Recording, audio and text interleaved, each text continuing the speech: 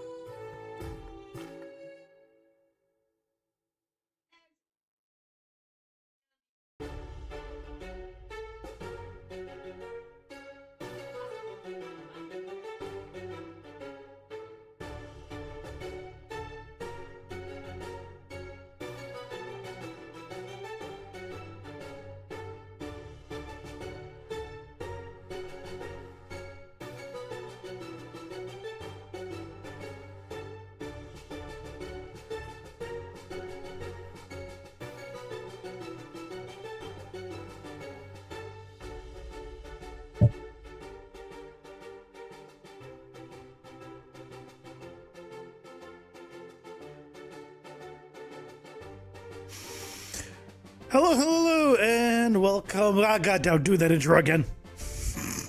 How's it going, guys? Hope you're doing well.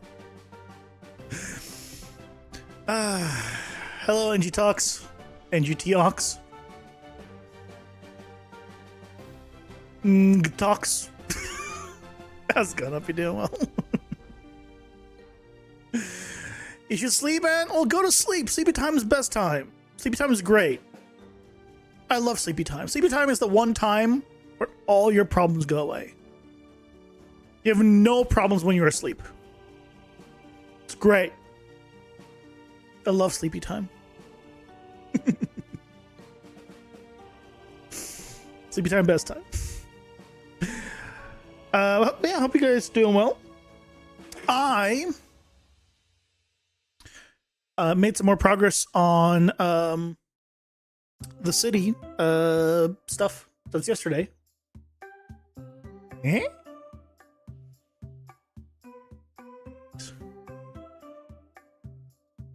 You can see it.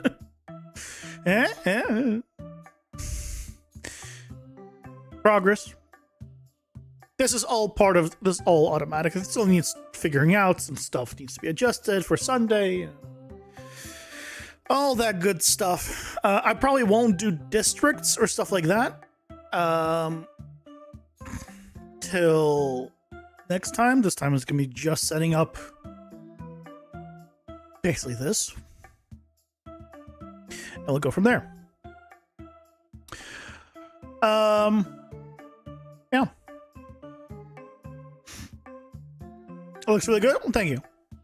It'll only be better. Hey, Terry, welcome in. How's it going? Hope you're doing well. So, yeah. Yeah, I want to... there's some things, like I need to make it so you could put an array of buildings and you need to do the spacing automatically. There's a few things. I don't know if I want to do... I don't know if I want to do geometry script or not. Because I think I might want to do geometry script. Because right now these are non-geometry script. And just because these type of buildings, you'd want separation between them. But if you were to put, let's say, skyscrapers, you might want them right up against each other. Or do like one of those kind of housing setups where you have every building like touching each other. And if you have that, then it might be better to use not geometry scripting, grammar. I don't know why I said geometry scripting. It might be better to use grammar. And that way you can control kind of the spacing and the logic and all that. I don't know. I got time a little bit. But. Chicken butt. I have been looking forward to today all year. Now, it doesn't mean much when it's just the 20th day of the year. But I have been looking forward to it all year. We're finally going to be working on the mob packs today. I reworked some numbers, figured stuff out. The plan is to have an option of mob packs, normal, like light and heavy. Yeah, so when you mob packs, as in a pack of mobs, when you spawn enemies, this is the pack of enemies you spawn. So we're gonna spawn them in like groups of 10, and you'll have basic trash mobs that will have very little HP. There will be a couple of elites, and then a champion. That's gonna be your standard pack. And they're gonna have elites are gonna have substantially more health and damage. Champions gonna have substantially more health and damage. So really, you're gonna have on every pack, you will have the feeling of you're able to kill things very quickly for like small guys, and then you can focus really on 2 and then 1 effectively mob at a time in every pack. So while the little ones, yeah, will still be able to attack and, you know, hit you and whatnot, because you won't really have 5 mobs typically attacking you at the same time because the trash ones will be easy to clear, it should help with stuff. I'll also be adjusting some damage. I also figured I'm going to change how much currency the bosses drop. I'm going to increase that from 50% to 60%. And if you full clear, I'll make it 150% or 150 currency instead of 100. So if you do 50% of that boss's health, you'll take 25 currency, or sorry, 60% of that, so it'll be like 30 currency. But if you did 100% of the boss's damage or life, instead of taking 100, you'll take 150 currency. We'll adjust all that later. We're focusing on mobs right now. And then I'm going to be dropping the tier 1 cost of things to 50 instead of 100. So it'll be tier 1's 50. So it'll be very easy to start getting different tier 1 cards. Tier 2 will be 200 and tier 3 will be 300. So you still need to work for the tier 2 and 3, but even the first 2 runs that a player does, assuming he makes it to the boss, I want to have the player be able to purchase 1 new card and be able to do 1 meta progression upgrade from just 2 runs of some kind, and obviously go from there. That's to be figured out later, but yeah. For now, though, that's the plan.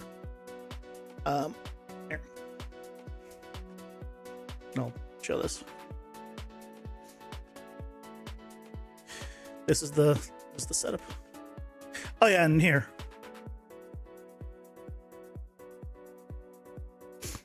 Ta-da! That's how easy it is to have more buildings.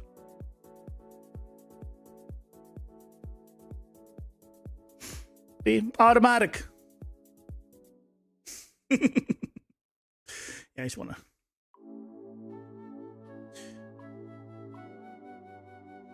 See? And like more don't fit here, so they don't have more here. Like if you have them too close and more don't fit, doesn't even try to put them there. The fact that they're overlapping, right, needs to be adjusted and whatnot, but I need to get the bounds of them and all that good stuff. Point is, it's working. So, let's go ahead and swap over to. Let me do one other thing. Forgot to close this.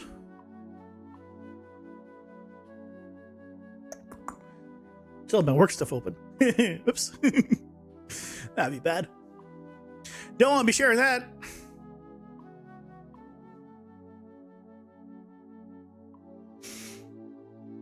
Need splines from Google Maps that you could generate cities besides on the actual layouts. Is there a way of getting splines from Google Maps? Like actual splines, not just like not just like an image. If there's a way of generating splines, I'm listening. Because that would be insane. Potentially. Don't know, would be cool though? Oh, okay. I was hoping you're going to tell me that there's a program or a website or something that does that. To bring in splines. Is the thumbnail art for your game? The thumbnail is the very, very early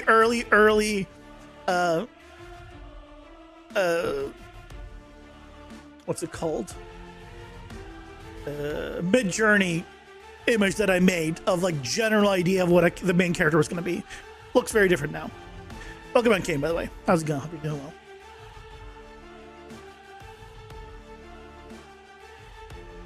Right now,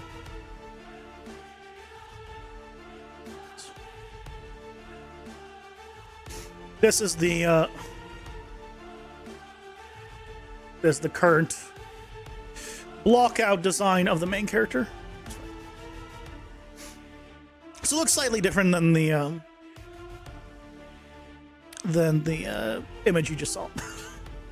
But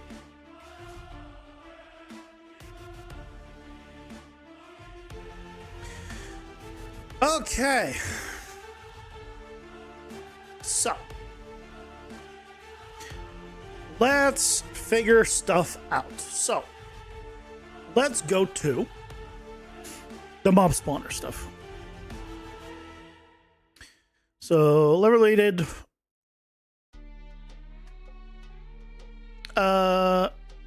Is it not? Oh, here it is, mob spawner.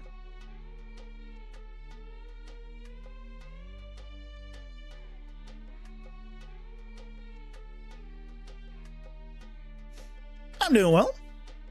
How would you go about like portraits of heroes in a realistic setting? Take some photos of people.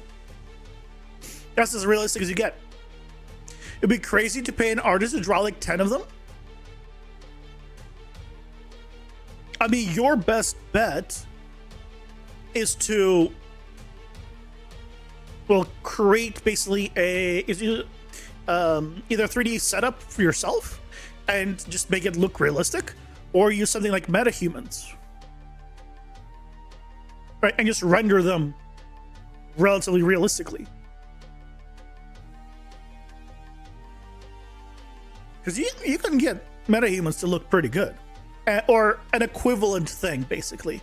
You get a 3D character that you can customize and have the ability to render, and you just make a bunch of variations.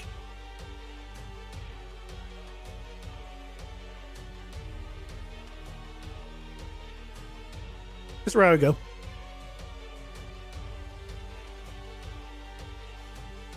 Matthew, welcome in. How's it going? Hope you're doing well. Trying to shrink your Unreal Engine Windows.ucast file? I don't know what that is, but good luck. You could make it 0 if you want to by just deleting it.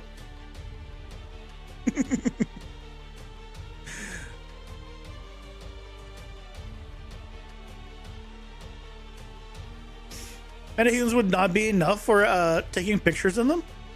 Well, you have to make the full 3D characters. I mean, what? Of course. Of course, of course.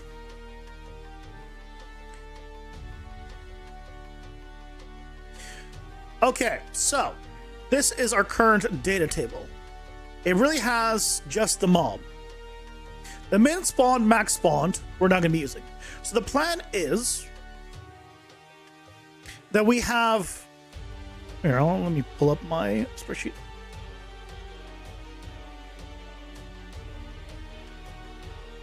Spreadsheet!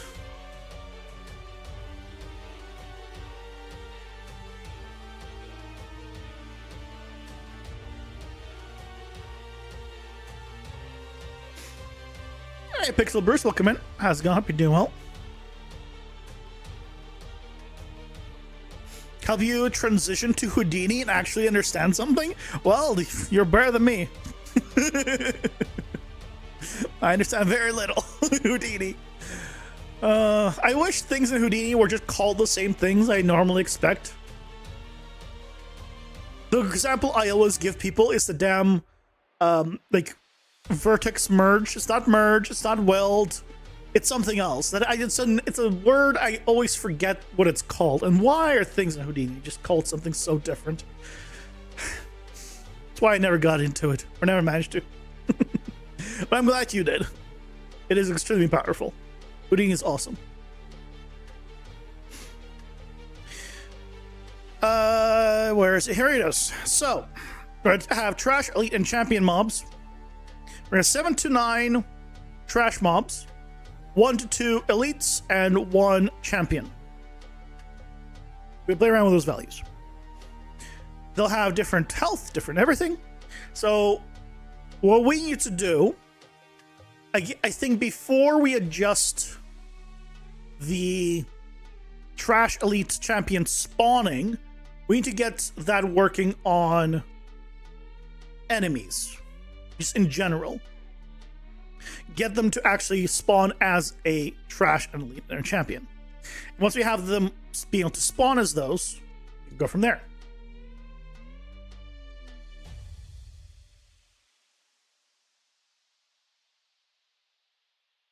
Use you as the guinea pig. Even more effort, and they don't take part in the game. Probably it would be best to use AI for that, but you could. But you have to set the AI flag on Steam? Yeah. Then you'd have to set the AI flag on Steam. So if you don't want to do that, then your option is to make a 3D thing, and yeah. Absolutely.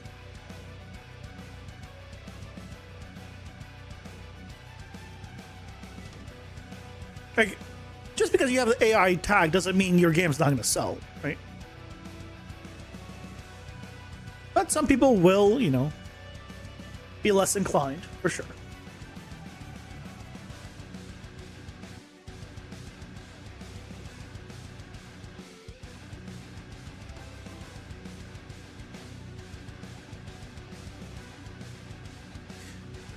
Okay, so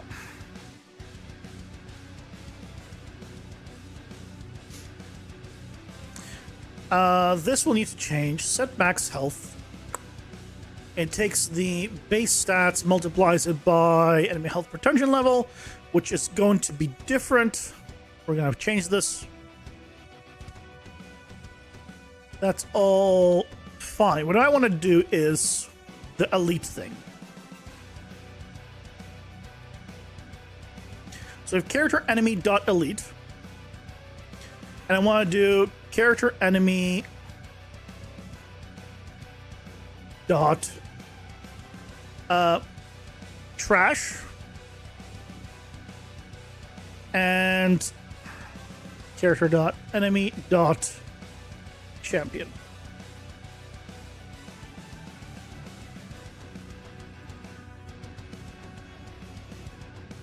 Okay. And when they spawn, we should immediately set that. So what I'm gonna do is probably make an enum for them.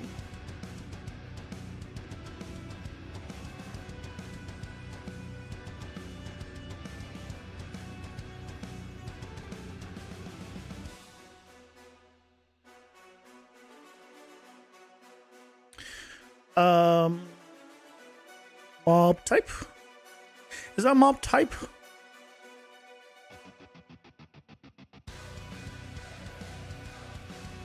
Sure.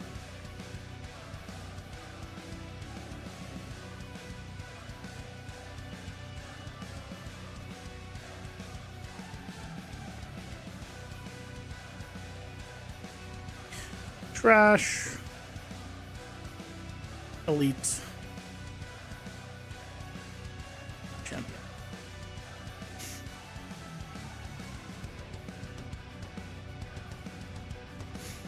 You should also introduce a tag code generated by AI and not only art. It's basically, right now I believe it's depends on if it's user facing. And users just don't see the code underneath, so. Will scale your enemies in the later parts of the game to introduce new ones with more health, etc. Yeah, enemies will have more health and damage and everything as you go down.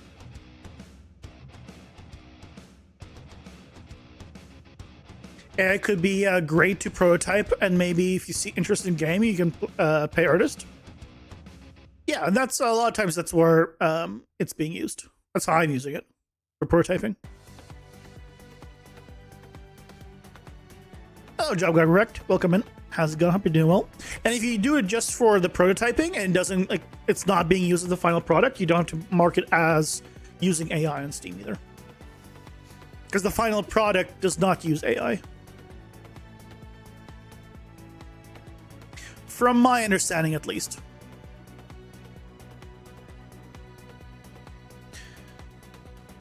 Okay, we need a variable type. This is going to be the mob type.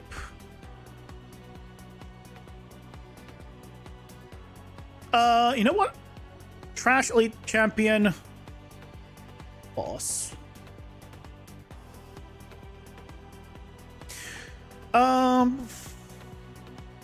I want to do an enum even? I have the gameplay tags. Do I even need the enum? It'll be easier because based off the enum, I can set the appropriate gameplay tags. Yeah, it'll just be easier that way.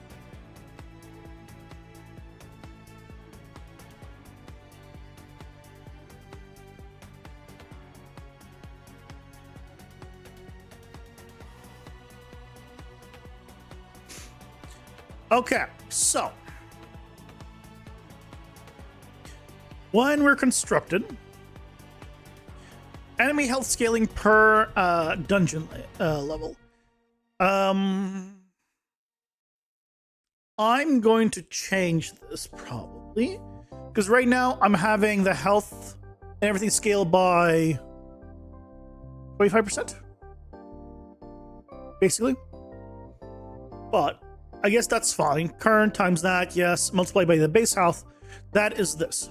So then here we need to do mob type.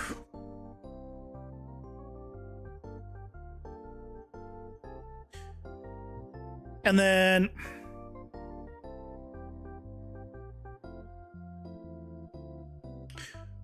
what I need to do, because if I look at my... Should all trash mobs have the same health? I feel like they should have a little bit of fluctuation.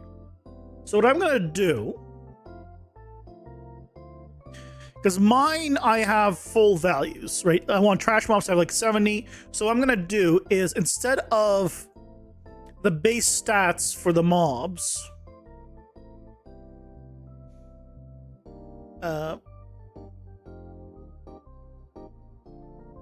instead of base health, max health, this will be a percentage. So if we're going to count this as a percentage, which is 100% or whatever it is. So that way, if I want a mob to be a little tankier or less tanky, I can adjust. So then we need to do divide by 100.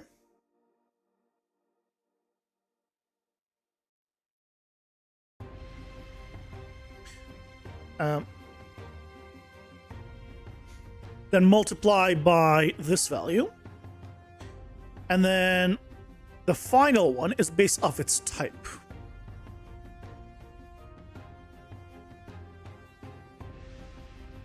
So here we need to do a select based off mob type. So mob, do I have bosses? I don't think I even have bosses in my sheet. We'll figure that one out. Let's see if I think 10,000 for now. Well, it probably needs to be more than that. Well, we'll adjust accordingly. So champions, we're gonna have base is 680.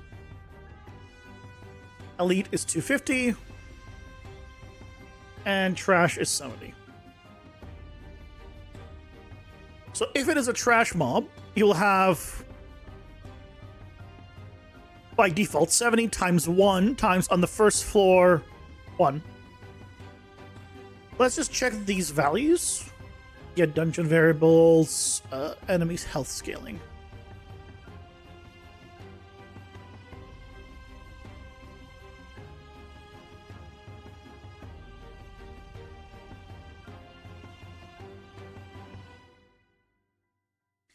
So we're working with 1.0, 1.0. So I was almost there. 1.25, 1.5. So this is 1.75. We can always adjust after that, right? But right now I'm going to have it increased by 0.25 per. It's possible that after testing we'll realize, oh, actually you're kind of snowballing, you know, quite a lot higher, you know, here or whatever it is, and that can be adjusted accordingly. I may go by like 1.5, but that's fine. So that will take care of the health. Okay, so the health will be applied. Then check set if mono elite. Instead of this random chance, we're setting it immediately early on. So let's take care of some stuff. We do want to do set XP dropped no matter what. And then we probably just want to do a switch here. No, not a switch. We can do a...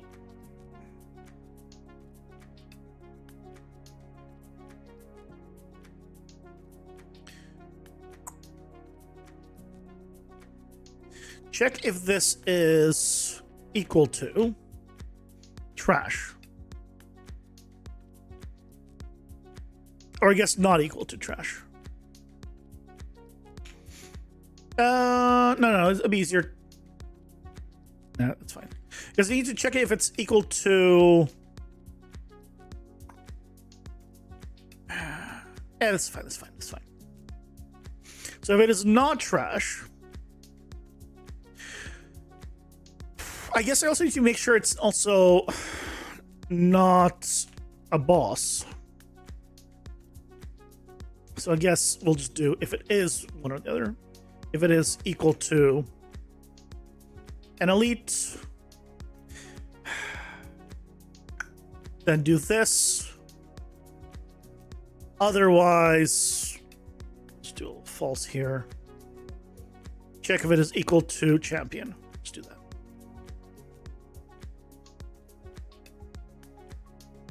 But then we also have a boss.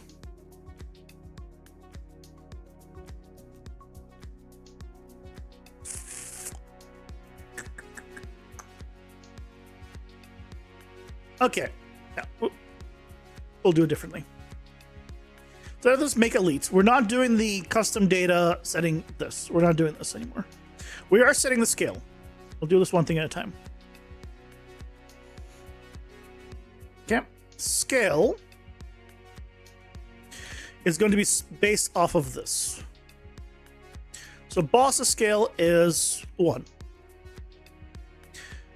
Champion scale, I believe I had it as 2. Oh, 1.5, 1.25. Good thing I checked. 2 would be huge. 2.5.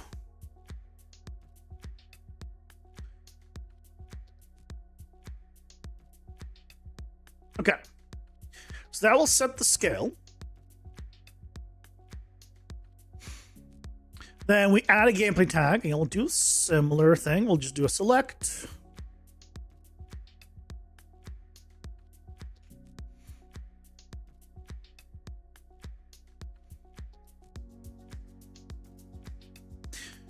Boss. Yep. Champion gets champion. Elite. Trash. Okay. So it's gonna get the right tag then. Then we have enable elite on the stats. We'll need to modify this, so we'll adjust that, the character stats after. This is what? Because they might be clipped into the ground, so this just offsets them back up. Off of the ground. Theoretically, shouldn't need to, but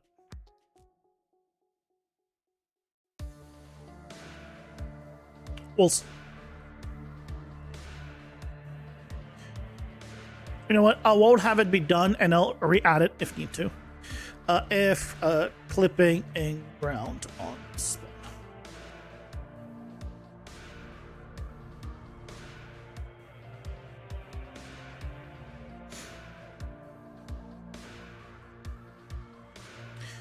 And what is this doing?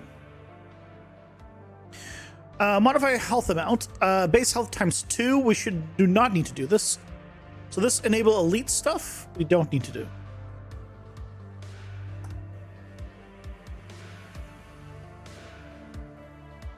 Because that is just the health stuff that we were doing here.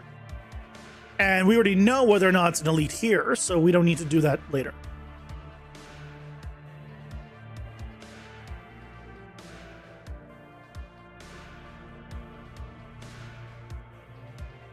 We also should not need to do the set the XP dropped we'll figure out later as well.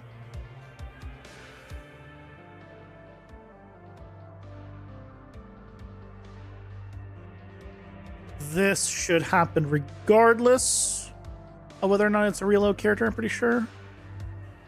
Okay. Also, I'm going to make the mob type here exposed. Just so we can play around with it on these guys. So this is the normal. Oh. Okay, we're fine, we're fine. And theoretically, I can change this to champion. Is he bigger? I think he is. He was bigger, right? Let's just do a trash. Yeah, look at that. Yeah. Yeah, that works. I also want to, if it's an elite, I want to set the what's it called? Not custom primitive data. I want to set the Hey, Skrodek, welcome in. How's it going? Hope you're doing well. Wait to work on what? Mob packs. Pack spawning and the logic there. To have like trash, tier, elites, and champions. What is just the thing that I want to? What is the thing called? Show modified.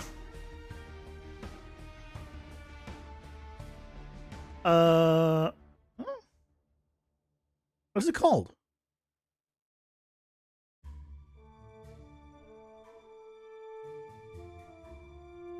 I showed it just earlier, and it's just blinked from my head.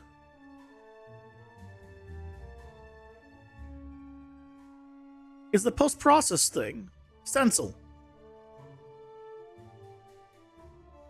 Custom depth stencil value. That's what I wanted to do.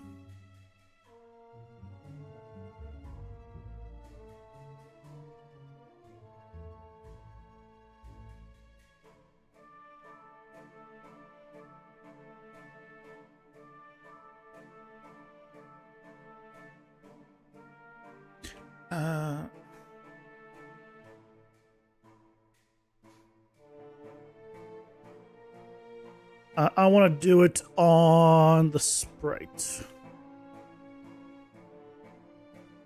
Oh, no. Set custom depth stencil value. 2.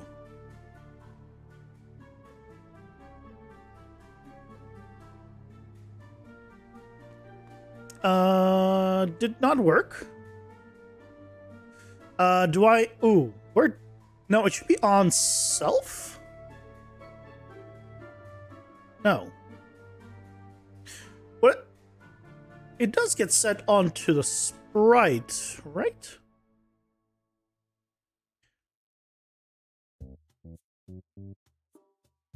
Yeah, oh, but I need to also do...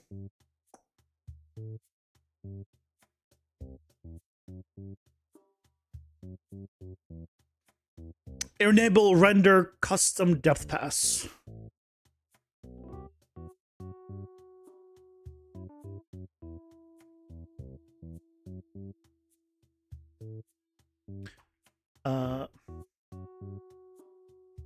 Is this one?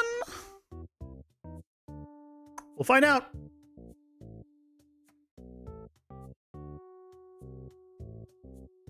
No.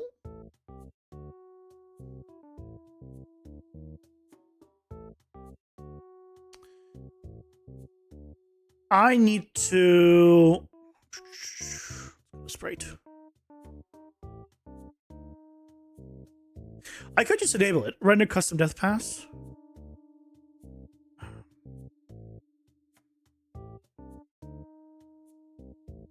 Oh, said render custom depth sprite. I think this is the one.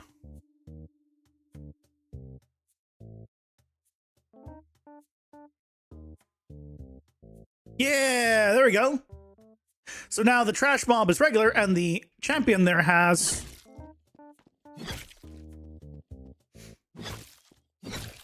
Sweet. So if we just do one of these, and we'll just get an elite as well. As well for testing. An elite. We got champion. Guys can go bye-bye. I don't need you anymore. And let's also turn on the health bars. I turn on the controller for this. That was me.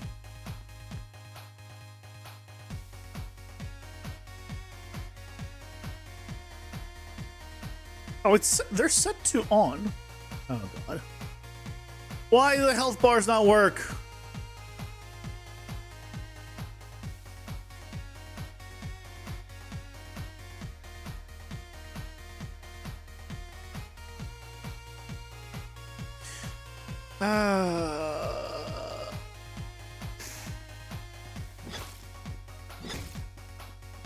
Okay, well, we need to deal with that later.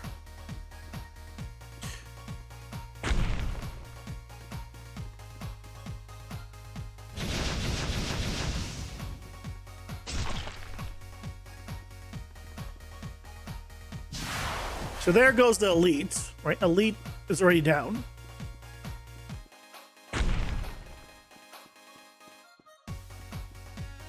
Champion obviously is more challenging.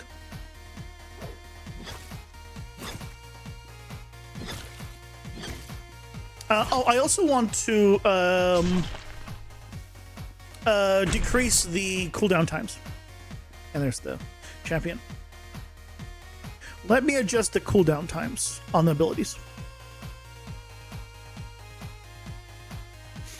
I'm making it faster.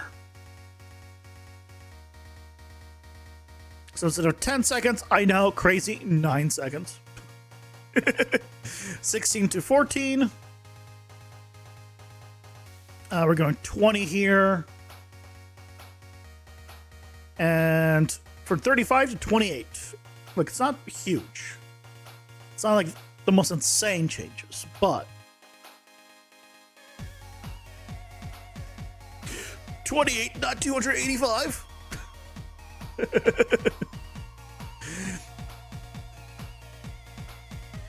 I am still increasing the speed up, so take what you can get.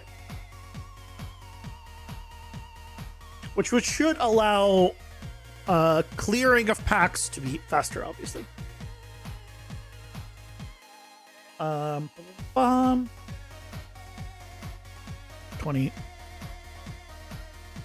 28. Okay. But that is working well. Let's go continue here. So,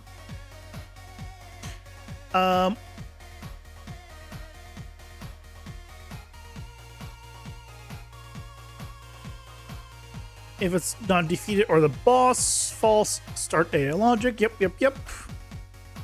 Why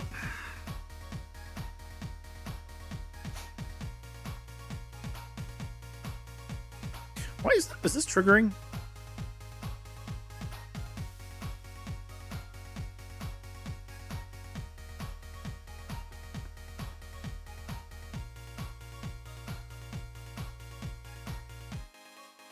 It is. It is. So why don't we have health bars?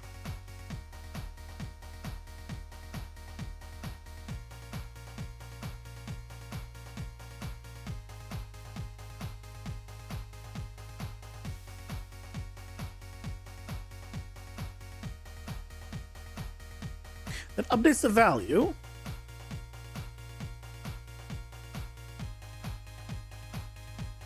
Get applied settings. Set mini health bar visibility.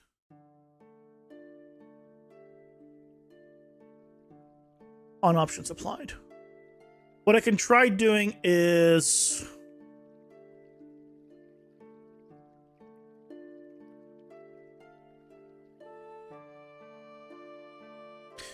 do this anyway here.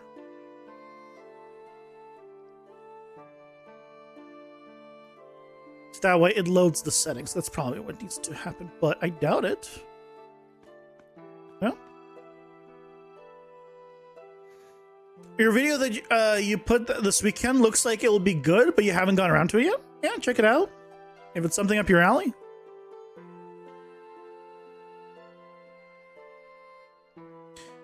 Enemy health bar color is player. False.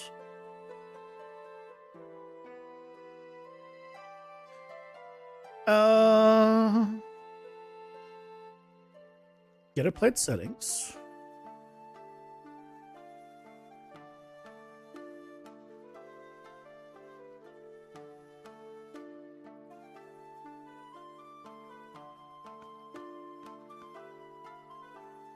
Why was it 0 for pretty much everything? Except 1. Or it said 1.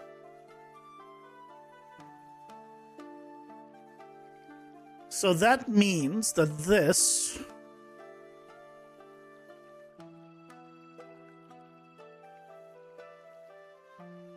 eh?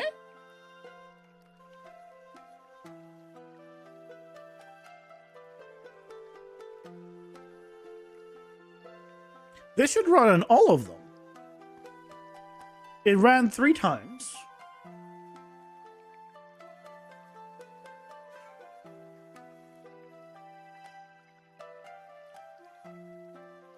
So that means this should get run 3 times. Or I guess it could run 6 times. But either way, not 7. What's going on?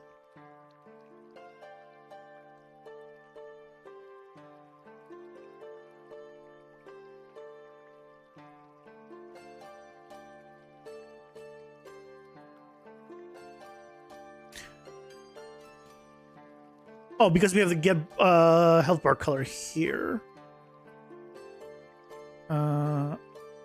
Yeah.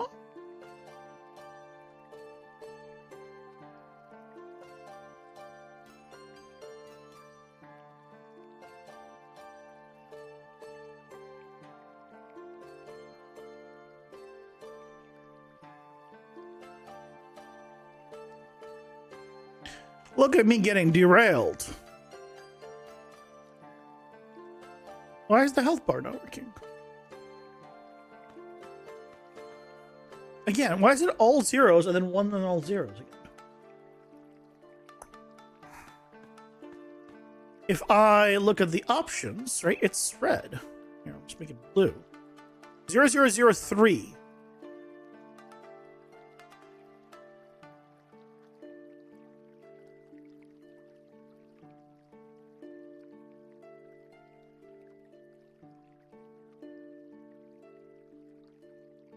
What I can do is get enemy health bar color printed here. So this is just printing 0 for whatever reason. Is basically what I'm realizing. Yeah, why is this printing 0?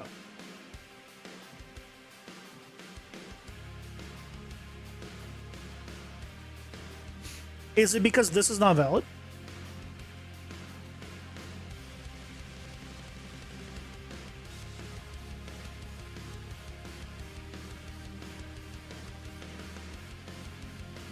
Is it because I should just do this?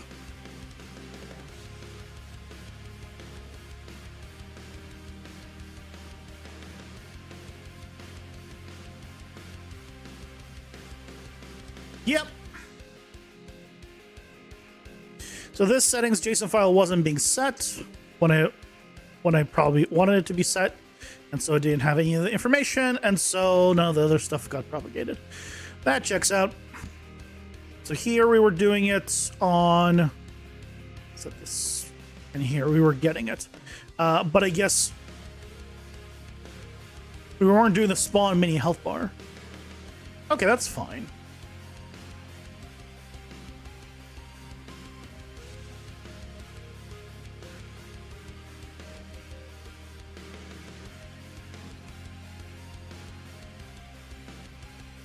The main thing now, we can see them. And we can go here and change them to red. There you go. Okay. So the main thing I wanted to see here is hit damage. I want to see all the health bars. One of them is dead immediately.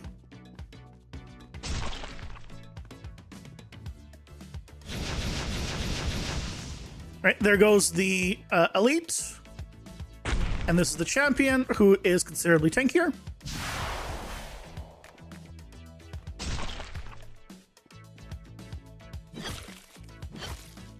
Now, he's not doing more damage or anything, but yeah, okay.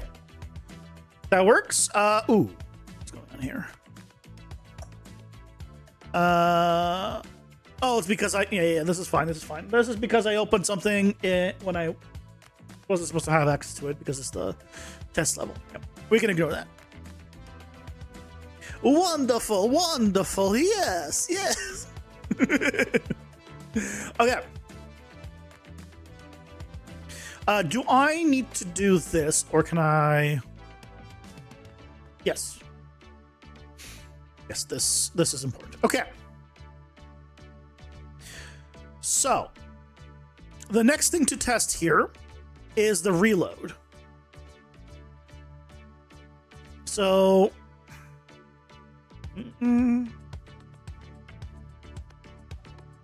I want to do.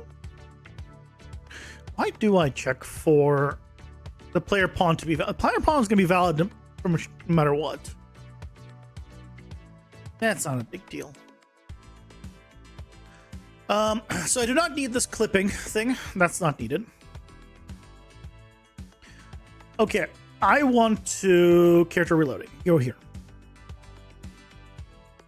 So I am using a struct here. Enemy variables unreloaded.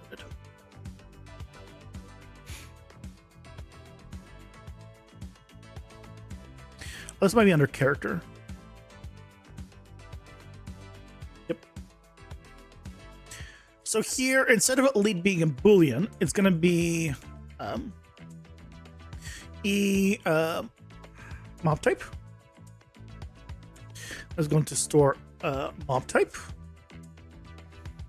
We're storing the current health, the max health. I'm keeping the XP orb quantities and stuff like that, and XP spawn with true or false. We're gonna change the XP drop later. For now, let's store the mob type. And then here, instead of getting whether or not it's elite,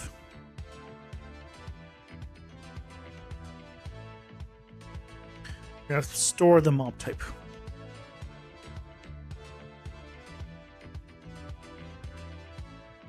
Yeah.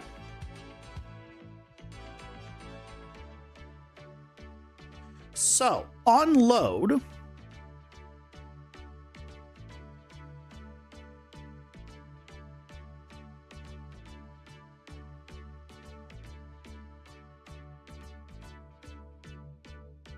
set mob stats. I need this. So it's on begin play. It's reload character to true. Gets all the information. I'm pretty sure this should not be setting this if we're reloading.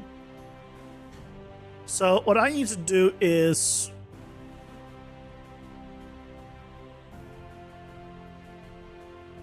check if it's a reload character.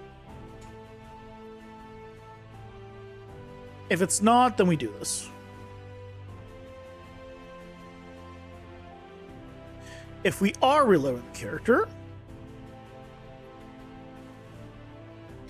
then we need to do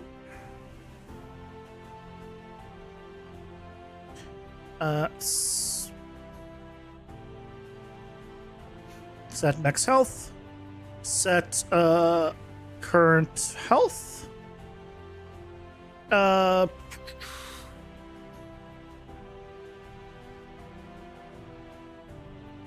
set current health. I think we, and then we need to do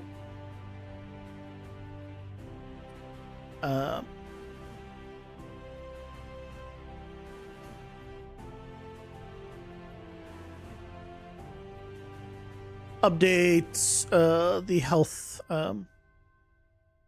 bar.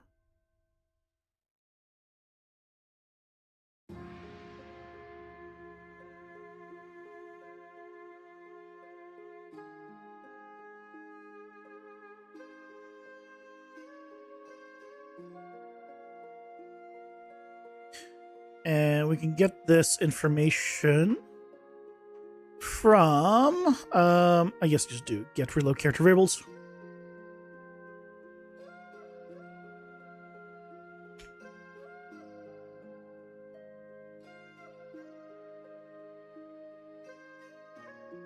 Max health goes in there, current health goes in there.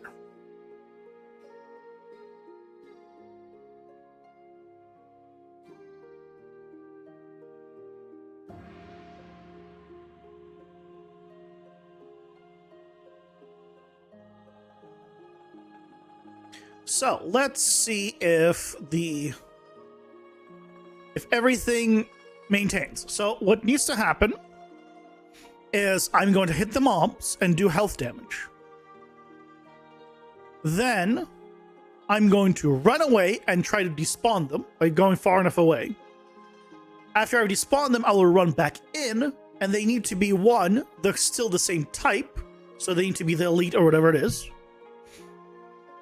And they need to have the same amount of health as when I left them. Assuming that all checks out, then we should be good.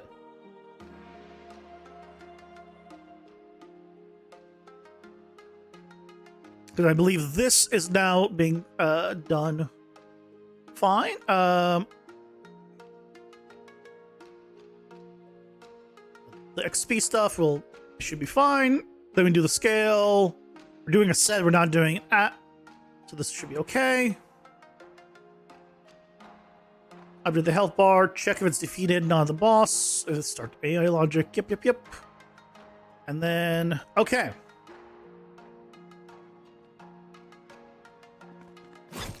Okay, so we have a little bit of damage on all of them. So now we need to run away.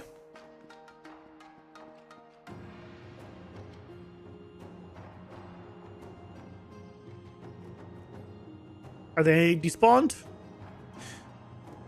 No. Not far enough away. Okay, let me try running to another section.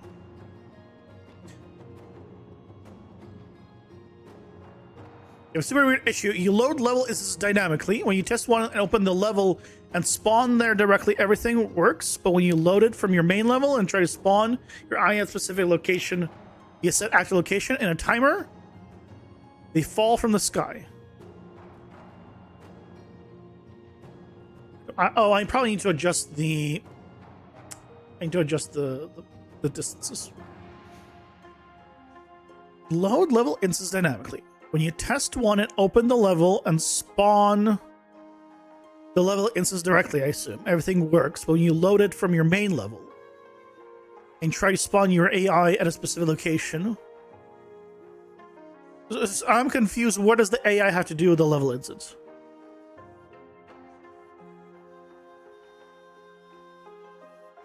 I think you're either I'm misunderstanding or you missed a step.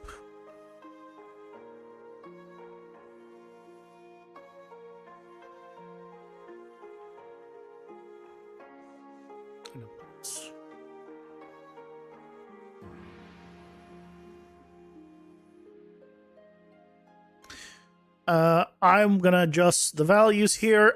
Max range. Let's do 1,000. What was the value just a second? Oh, I can't undo this. I think it was 6,000 that I had it at. I hope I had it at 6. Damn it. Okay, they all have taken damage.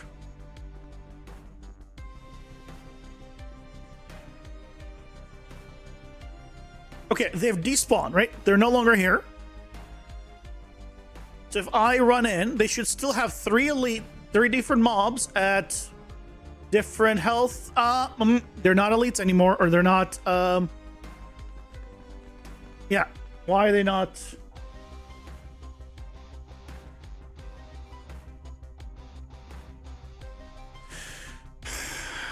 Why are they not what they're supposed to be?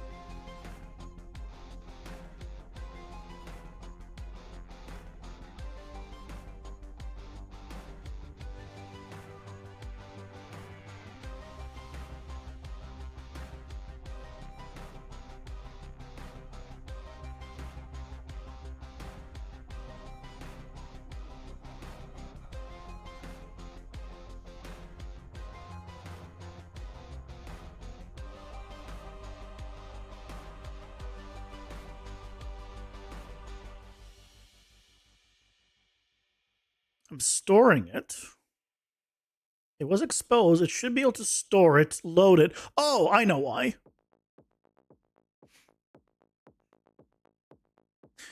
Because we're not setting it back. Mob type, grab that back and set it.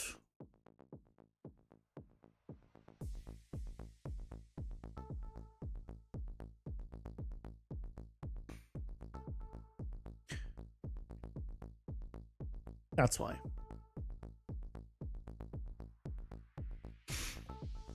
You have a main level and a second level. You can open that level directly and spawn there. Click start for debugging purposes. It's a real game. You can spawn, have the level, you load levels dynamically. Doesn't work anymore. They fall from the sky instead of moving out of the ground and portal. The zero is calculated for the main level and not the level instance.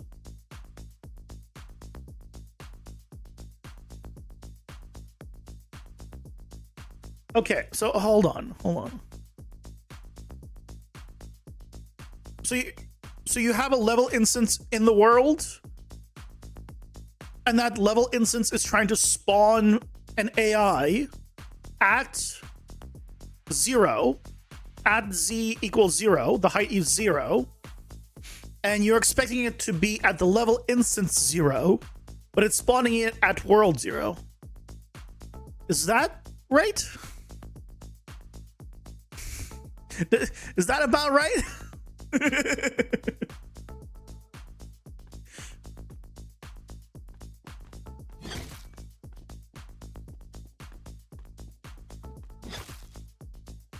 I have stopped the Earth's rotation until the ads are dead.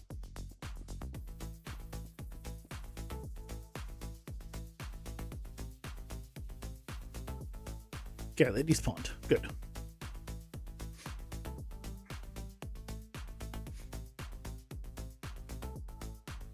Did I understand it, Kane?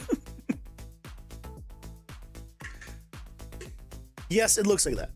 So that's to be expected. When you tell something to spawn at a certain location, it will not use the level instance's information. It will use the world's information. So it doesn't matter where the level instance is. Even if the level instance is the one telling it to spawn at a certain location, it is not relative to your level instance. It's in the world.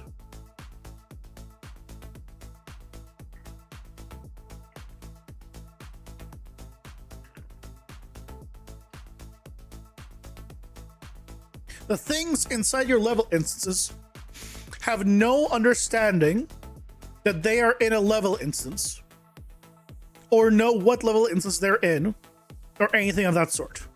So when you tell it to spawn somewhere, it is going to spawn it in the main world at whatever location.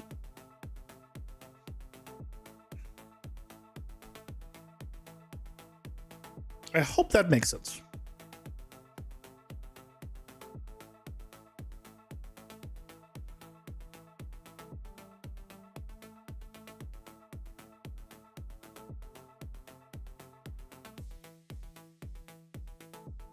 You open the second level directly, everything is fine because 0 and 0 is where you expect it.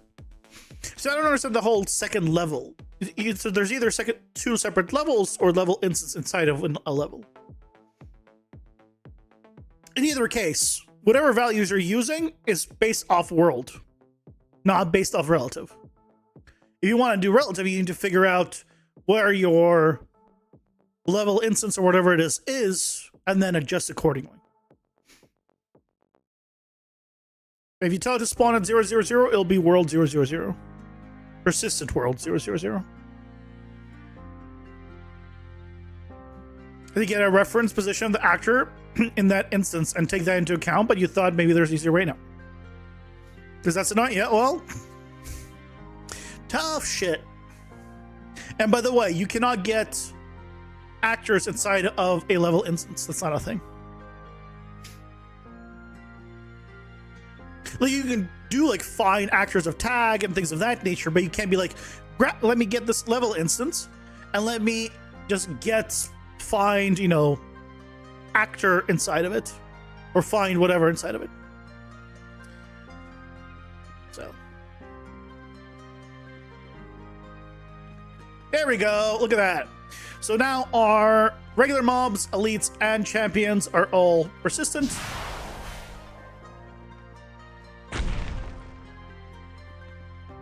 Fan freaking tastic. So this is now working nicely. I completely missed. Good job, me.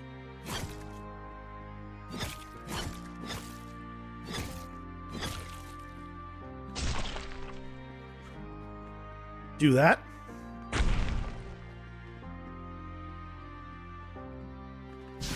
Oh, you jerk.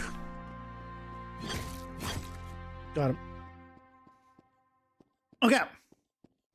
So the next thing is to adjust is their damage.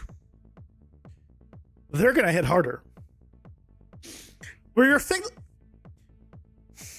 gonna have more mobs that do more damage, but the majority of those mobs are very easy and one-shottable, basically. So really, you're gonna have less mobs. So it's okay.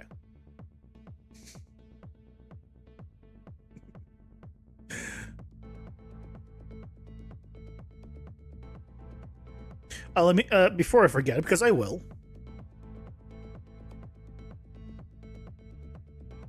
Let's put the value back.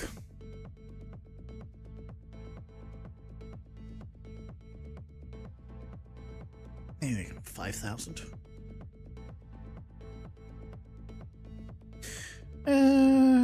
5,000, 6,000. That's fine.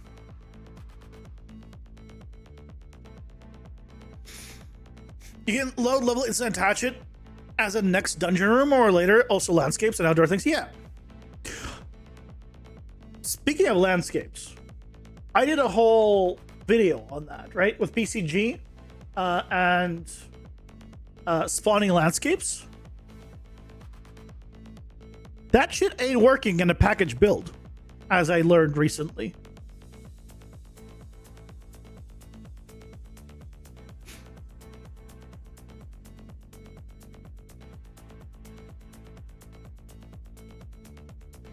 Well, there ain't no landscape in a package build.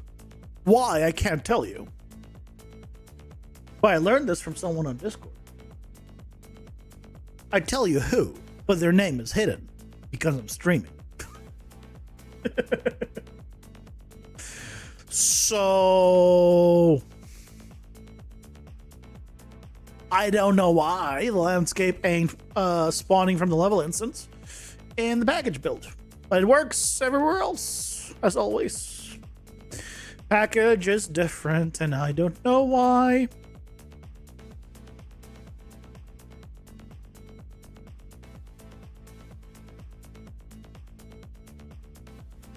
So you're posting on YouTube, and you thought it was probably similar how you want. Yeah, probably. But I mean, you could check out my video, right? I still have a video on it, and then see if it was going to be the same way you were going to do it. And if it is, just know that at least whatever I did is not enough, and there has to be something else, or it's just not possible for a package, which is kind of a big deal. I literally learned about this yesterday.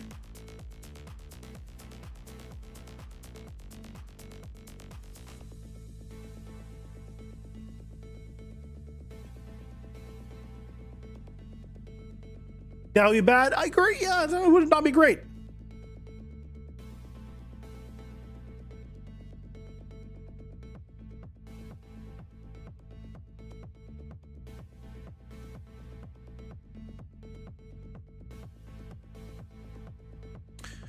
What I need to do. Hold on.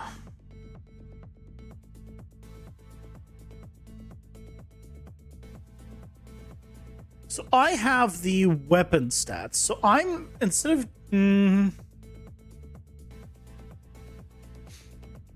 I guess I just need to adjust the damage on them. So based on my spreadsheet, right? I have 22, 42, and 75. So...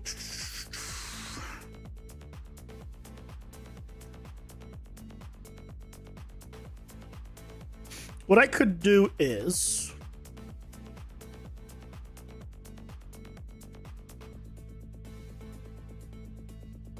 I mean, I could do like literally, 1.9, I guess, here. And then 3.4.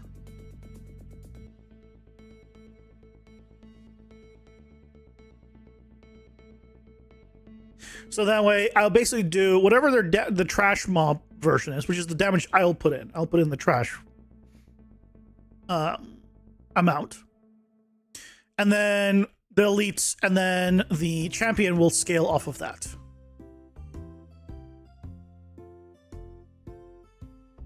That seems like the simplest solution.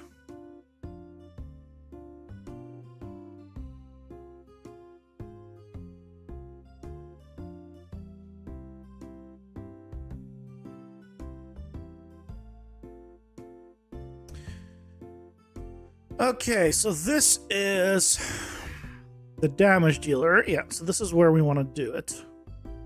Elite. So if it is a champion, here.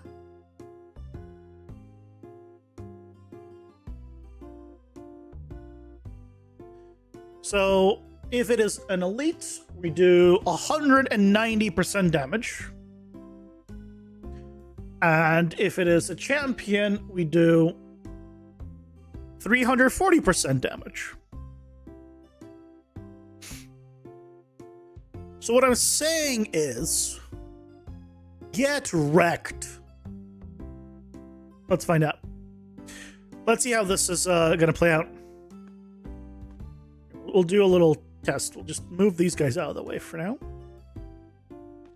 So this one, you know what? Let's actually set his values.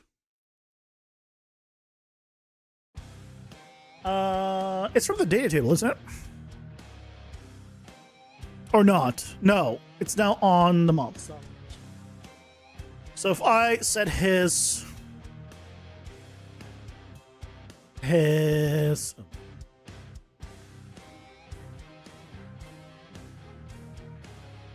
max health, there's the damage.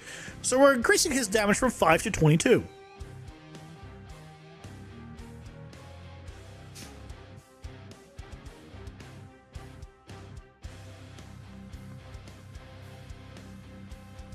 Yep, 22. Yep, that, okay. Next.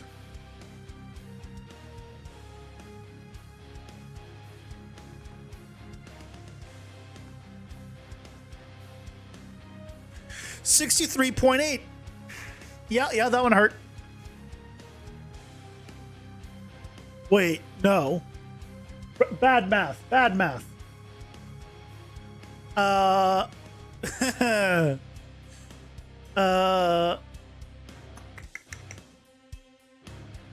Where is it?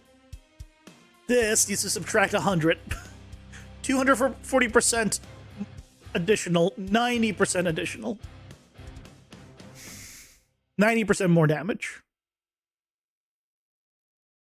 Because it is +1. I basically did, instead of 190% damage, I did 290% damage. That's why it was so high. Okay, one more time. Where's the elite?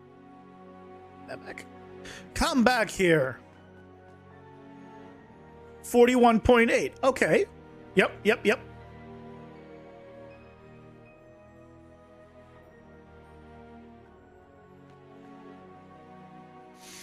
74.8. This guy hurts.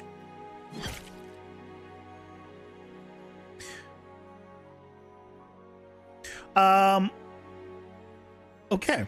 Now I need to also not to forget to adjust the health potion stuff, because the player is going to have access to the health potion a lot more. Once we do this, the player needs to be able to heal a lot more than he currently can. In fact, let me just go and adjust that for now by just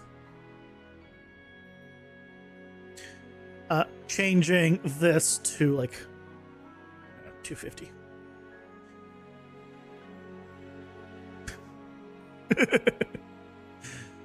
Or like 200. That's only gonna be 2 packs. We'll do 100 for now. Just make it super simple to get the potion. Well, relatively simple.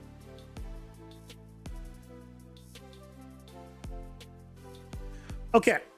So damage is good. Health is good. So I think at this point we can start spawning them.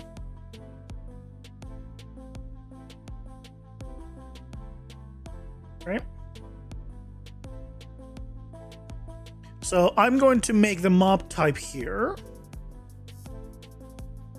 Explosion spawn.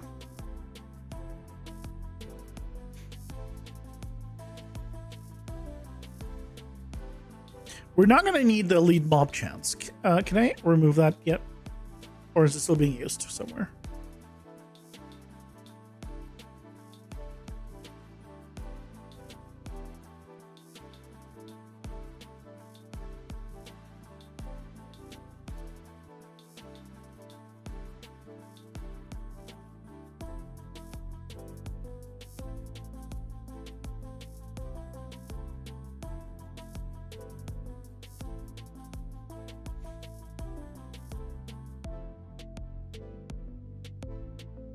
Load faster. Okay. Health modification per dungeon level needs to also be adjusted here. 0.25, 0.75, 2.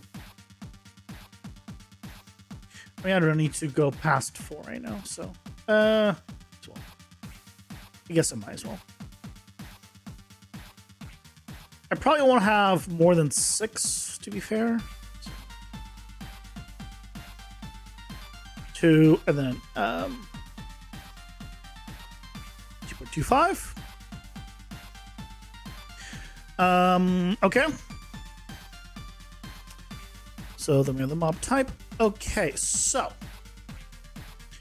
spawner time.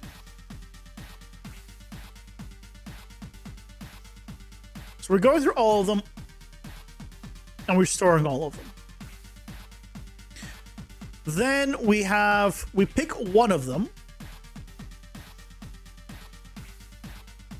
and we get its spawn information. Now I'm going to change this to trash spawn info, because then we need an elite spawn info and a champion spawn info.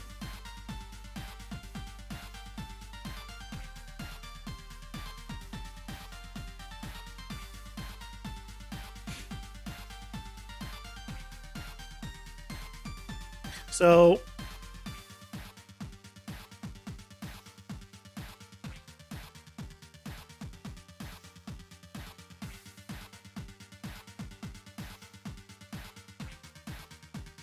we'll do one of these. So it needs to do this. Then it needs to remove. Doesn't really matter, I guess. Index.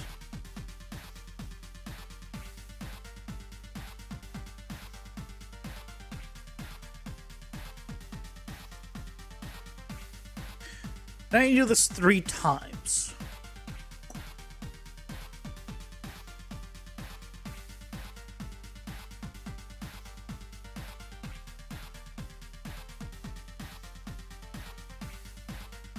Difference is this is the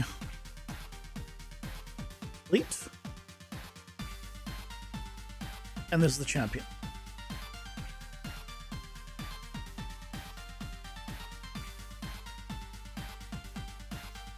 Okay, then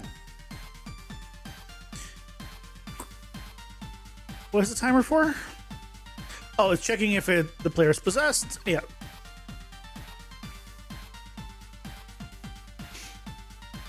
And then just force spawn mobs.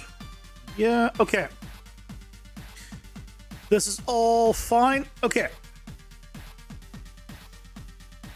So we need to spawn mobs. So instead of these values here, we need to go based off whether it is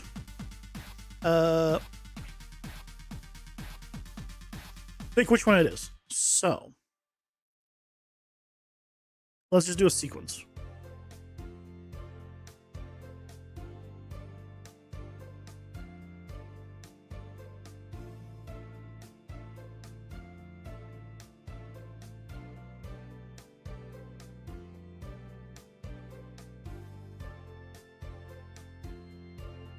Okay, we'll start with the trash mobs. And we're not going to use the trash spawn info. We're just going to do 7 to 9.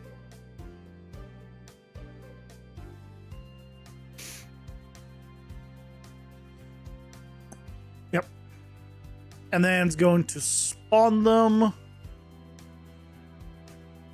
And it's going to do the trash one here.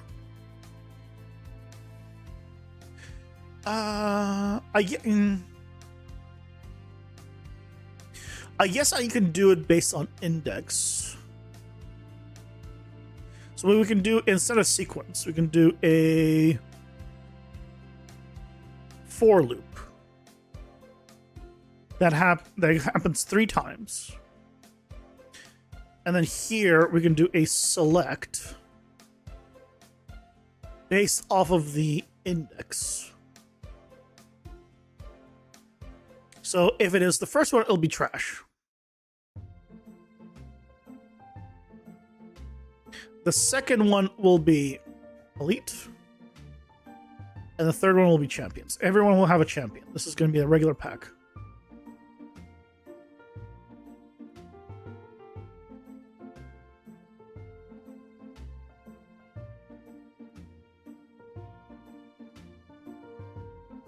Okay. We're not going to destroy it after this. We're going to destroy it after this. Yep. So the radius will still be the same. Maybe we can increase the radius a little bit. We'll try it out. Maybe 1,000.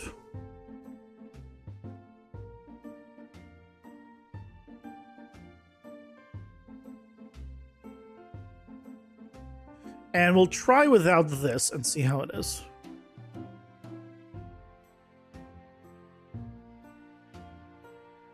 So it randomly rotates them. And then the XP will be a select here. It will no longer be how much XP a spawner has.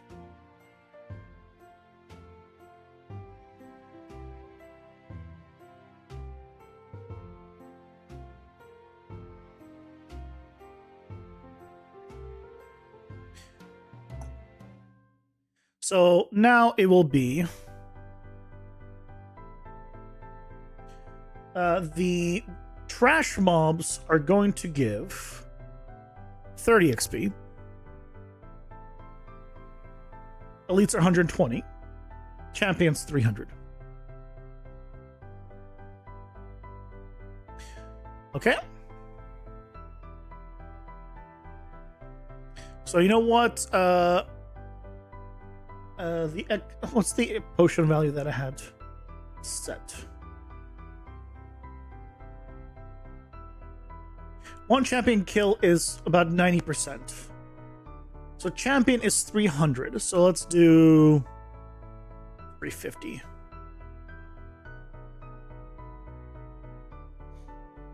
So if you killed... So when you start a pack and let's say you got 8 trash mobs, right?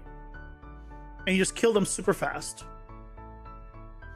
8 times 30 is 240. You're most of the way there to getting a new potion. You effectively will have 1 potion per, just a little over a pack. Because the 2 elites will give us another 120 on the first one, and that will get you enough. So 1 elite, and the rest of the mobs, you can take 1 hit per. Almost like 1.5 hits per pack. We'll adjust, obviously, when we try it out. But good. Let's go ahead.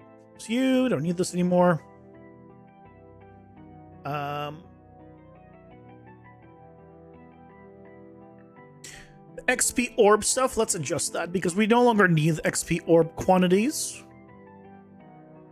I'm gonna just kill that.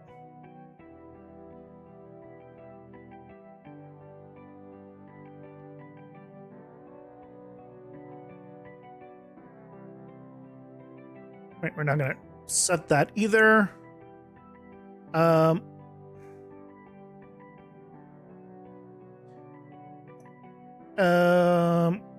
XP left to drop will just be a simple select here. Well, hold on. Don't I just set it on the spawner?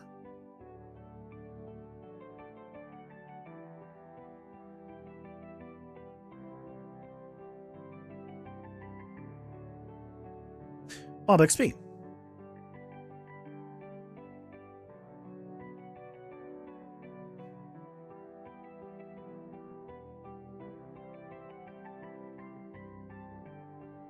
If it's not a reload character, then we just do this.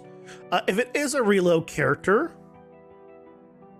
I should store mob XP, I guess. So that way I only have one place where I set these values.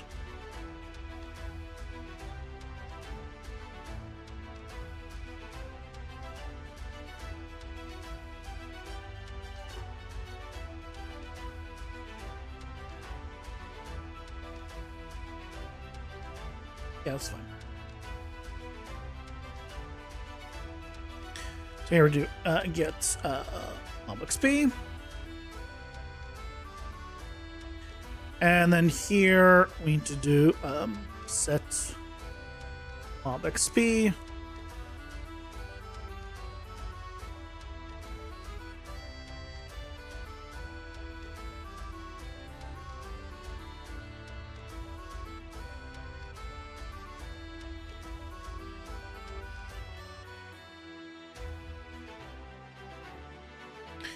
Right, and then we check if XP left to drop is greater than 0, which is a while loop. We set up all of those things. I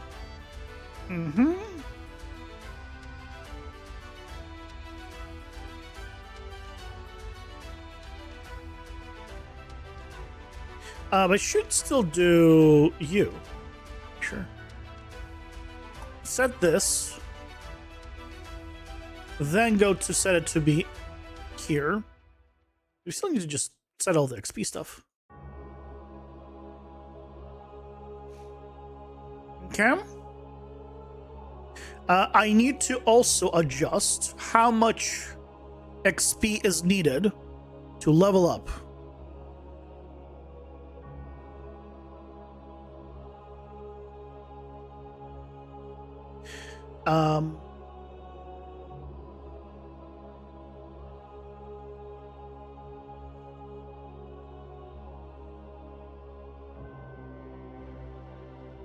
So right now it is based off a ratio of mobs to kill. I'm going to hard code it for now.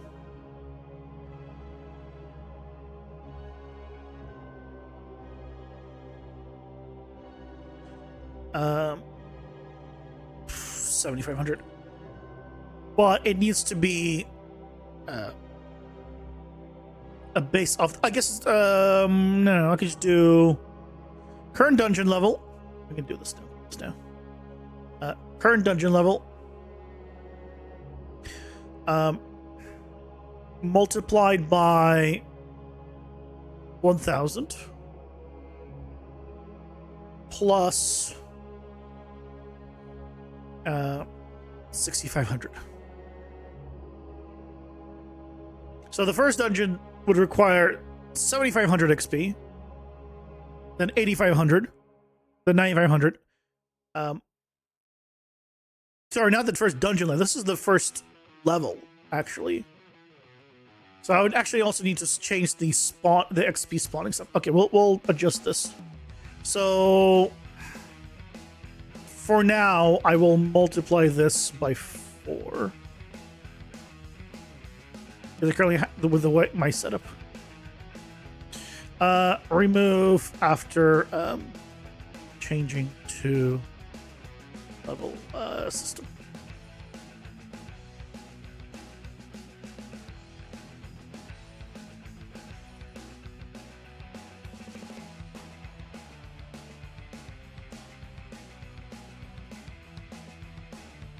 Hey, you guys, welcome in. How's it going? Hope you're doing well. Well, what? Look if it is not my most famous streamer production. There ain't nothing famous about me. Ain't nothing famous about me. I'm doing alright. How are you doing?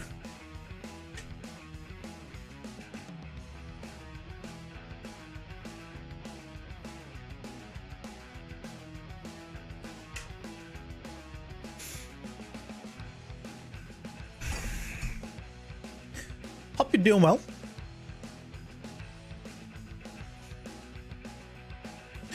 Okay, so let's kill these things. And let's put in a mob spawn.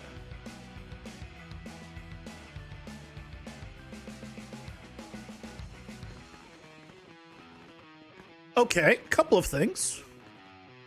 I forgot to do a select here.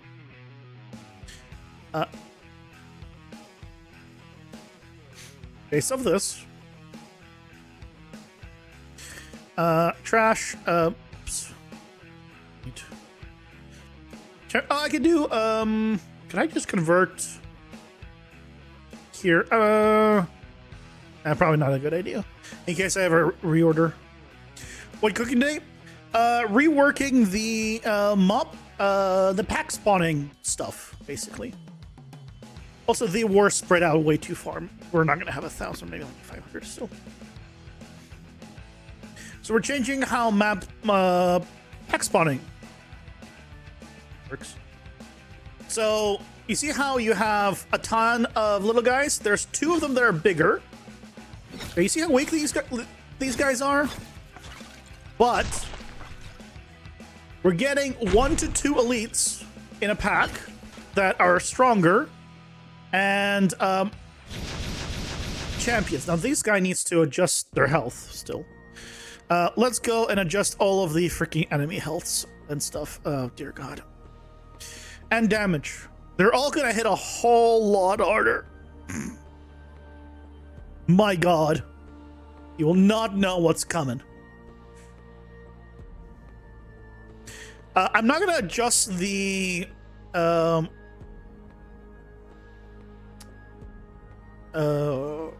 ranged ones yet. I need to rework that in terms of I guess I should still adjust their health, but just not their damage. Gruntling we did. Just your health. Just your health. Bosses we're keeping. Okay. Tell me through the process. So every pack is going to have roughly 7 to 9 trash mobs, 1 to 2 elites, and a champion. Here, I'll give you some numbers. So the trash mobs have 70 health, elites have 250, champions have 680. Depending on the mob, I will have it be slightly up or slightly down. So that way I can have some mobs be tankier, some mobs but don't do as much damage, you know, etc. By default, they were all doing 5 damage a pop. Now they will do... where is it? I had it. Enemy damage, 22 damage. Then 42 damage, and then champions do 75. So realistically, you should be able to one-shot pretty much all of the trash mobs, which will feel pretty good. They don't give us a lot of XP, but you will one-shot a lot of mobs. You'll effectively be left with 2 to 3 bigger mobs. And then, effectively, you'll only be fighting, really, 2 to 3 mobs in a pack, but you've killed a bunch of them, so it felt good.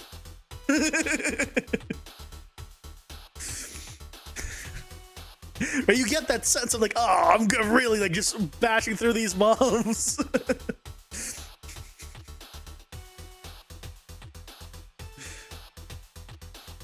And it's going to be your XP is going to be level based. So I'm going to make it so again, so there's a portal at the bottom of the dungeon that will take you to the boss room. So if once you go to the boss room, you cannot go back. But you can farm and get more cards. And I will have it that if you 100% clear, you'll get a boss drop bonus. But if you don't 100% clear, then you just get whatever XP you get. And get cards, however many you get. But if you 100% clear, or maybe I'll do like 95% clear, like maybe I won't do literally 100%.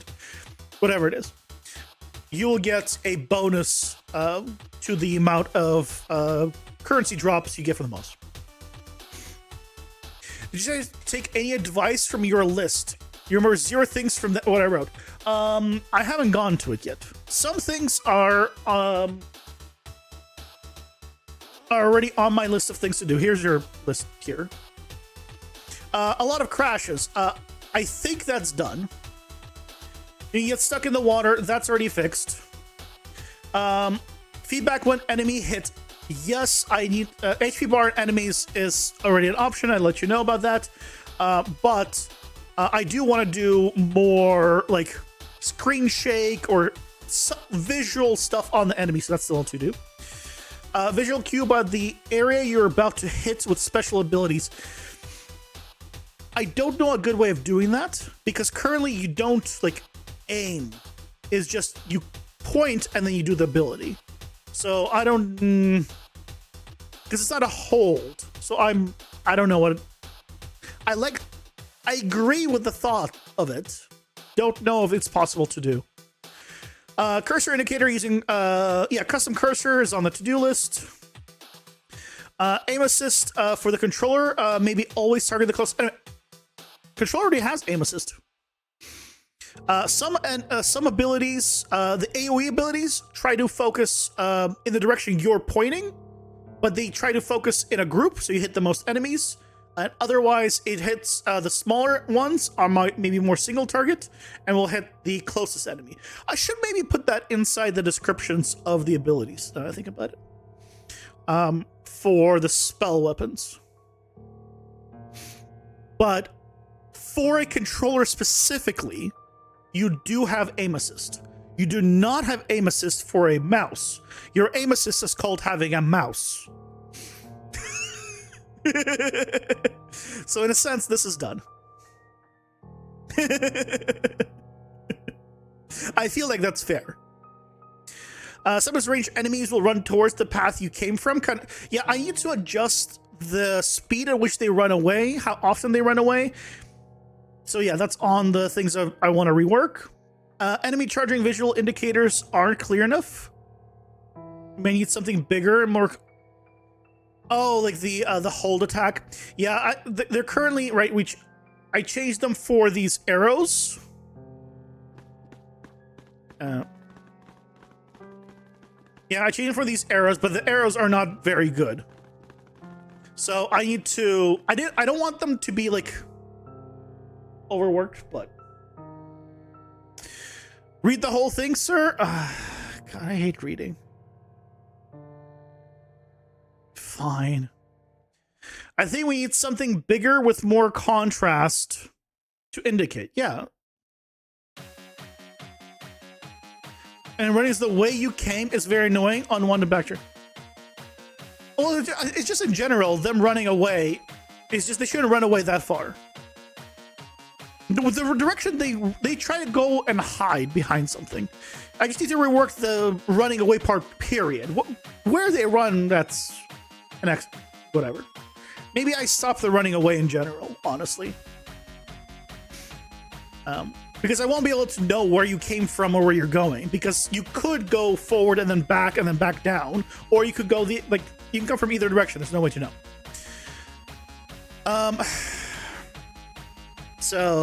Yeah, I just need to adjust it. A lot of times dashing feels punitive when playing melee. Yeah, so I've already changed dashing. Dashing is now considerably less expensive, even without any upgrades. It now recharges considerably faster, and you have, as you saw there, considerably more dashes that you can do with 0 upgrades. Obviously, upgrades are still better. So that should be a lot better now. Your collected red crystals aren't showing on the progress shop after you die on your run. We talked about that. That's because you were crashing and not actually, or maybe it was happening, but it's fixed now. I've checked it with the recent change. The tooltip one, you recover currency items. Showing something like red crystal fragment can be collected at on dungeon. And it's used in the progression shop upgrades. That's just going to be a tutorial. Like, hey, at the beginning of the game, I'll just say, like, hey, here's the progression shop. And here's where you get, you pick which currency you want to find in the world. That's a tutorial type stuff. Yeah. Don't like the dash charge system. That's been reworked. I mean, the system hasn't been reworked, but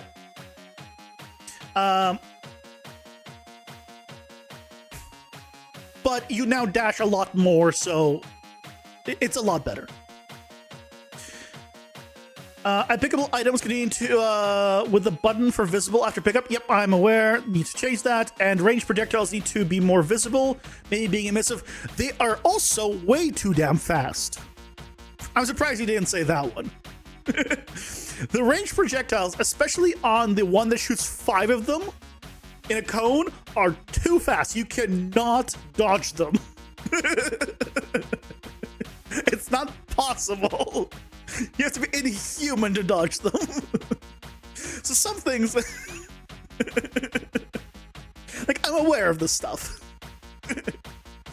But yeah, that's kind of your stuff. I agree with pretty much everything here, or it's been addressed. So, yeah. But yeah, currently we're working on the mod packs, and they're starting to feel a lot better. So, right, you can see here. Yeah, these guys. This is the bullshit ones, right? Those attacks. Like, how was I supposed to dodge those? Like, some of them. You're just not dodging them. They're just. Managed to actually get it.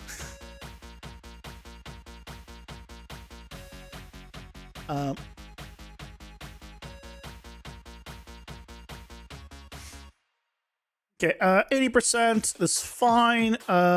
Your damage will go up to 4. Not by insane amount. You will go up. Maybe 5.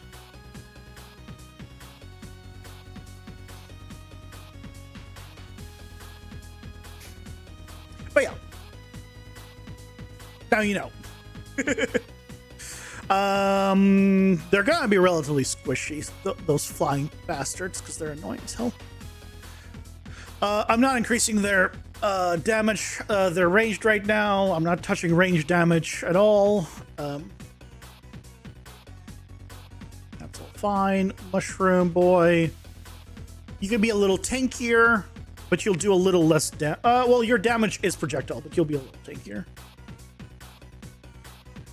Goblins, like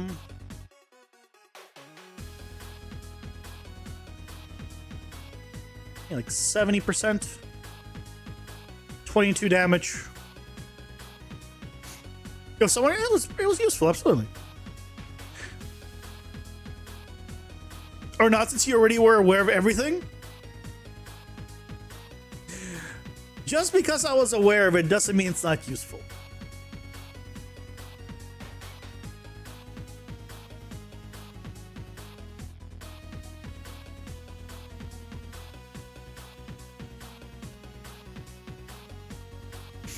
Forgive me if you aren't looking for any suggestions, but my gut feeling is that the timer to begin to regen stamina is too punishing. Here. So it's a little off. So this is the timer. So it's like 0.8 seconds. The reason why it seemed like it was longer, so right there, it's less than a second.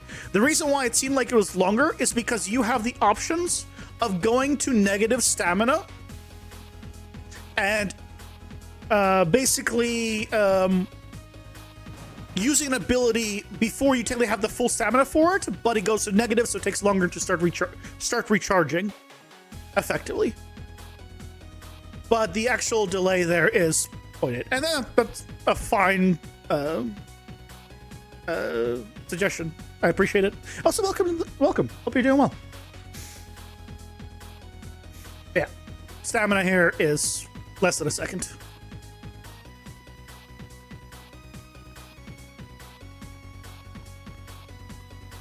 And this is no power-ups either.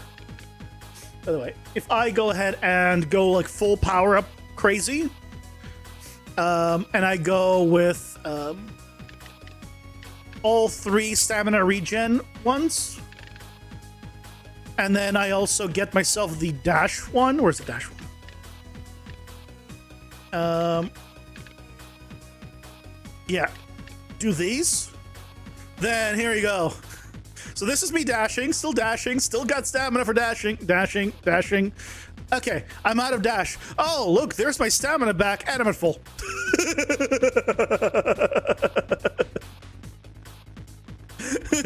Okay, I'm out of dashes. Oh, okay, hold on. Back to full. Oh, by the way, let me just go ahead and combine that with this thing. So I can just do explosions while I dash.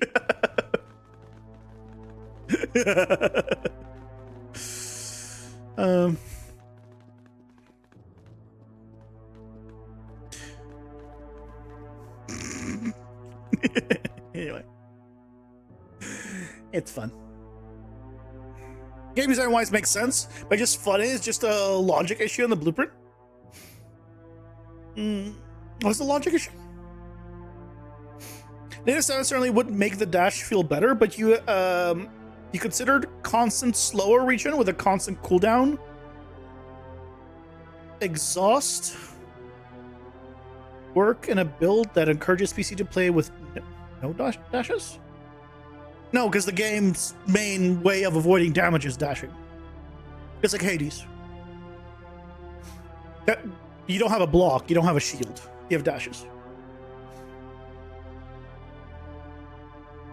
Oh no, that was intentional, by the way, Guts. The negative thing was intentional. That wasn't like, oh, I made a mistake. No block, no roll, Satch. I know. Do you want me to load up a previous version of the game? I ruin everything, I know.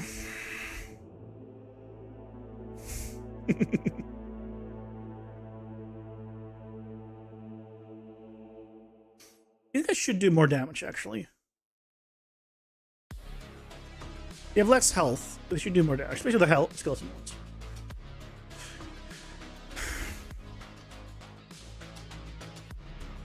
Set to 100. I'll just say 22. Good old Zorla. This lady, yeah, you're fine. Yeah, I'm not changing your damage output. Okay. So now we have these guys, right? I can kill all of the little ones relatively easy. Yep, that guy hit like a truck. See, that's what happens when you don't avoid them. Now, okay. See, he wasn't supposed to move there. I call shenanigans.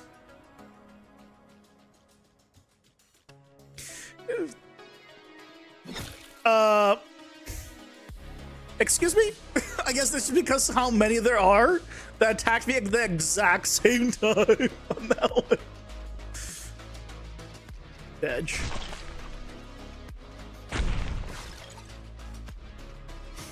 I also mentioned it earlier, Guts. The amount of currency you get from bosses is going up. And the amount of currency it takes to buy the tier 1 card has gone down, or is going to go down. So it's going to take... Ooh. Yeah, that animation lock hurt me real bad there. I could have waited for them to start attacking before doing that, but I didn't.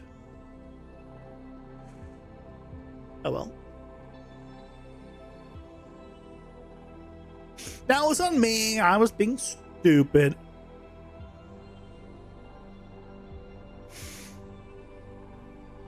You weren't going to complain about something, but now you are? What's going on?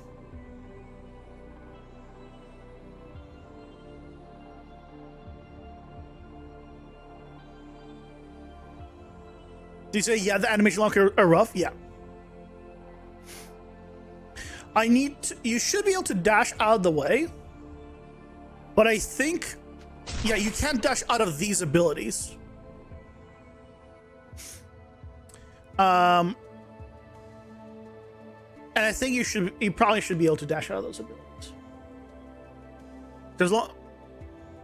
So if you want to like animation cancel, basically, you probably should be able to. Because it is definitely rough. Or I need to make it so... Yeah. I agree. I'm aware. It's on my list. Okay. So is the mob spawner then working? I think we have the mob spawner now just fully working. You assume that is because of the animations, but you plan your like dash away, aim the attacks from afar, and then hit, dash away, then yeah. Yeah, it's you can dash mid animations on these. Right. It was just these ones that I don't have you be able to dash out. And at the time, I was thinking that you know, why are you moving and attacking? That should not be a thing. You should not be able to move and God damn, I hate these guys. Stop it. Get some help. It feels good when you try to just shoot one and I've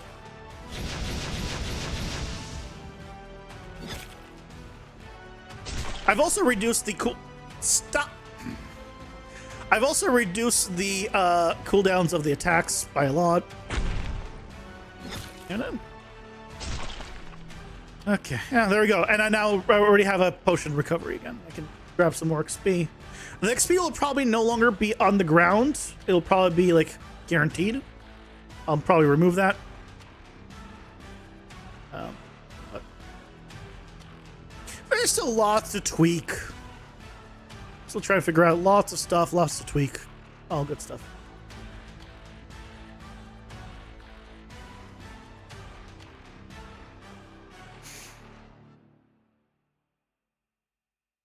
So I can dash into kite mobs instead of dodging the attacks. Yeah. I mean, I could also increase your speed or decrease the enemy speed. That is also another option. Which I might do, because I feel like some enemies are definitely too fast.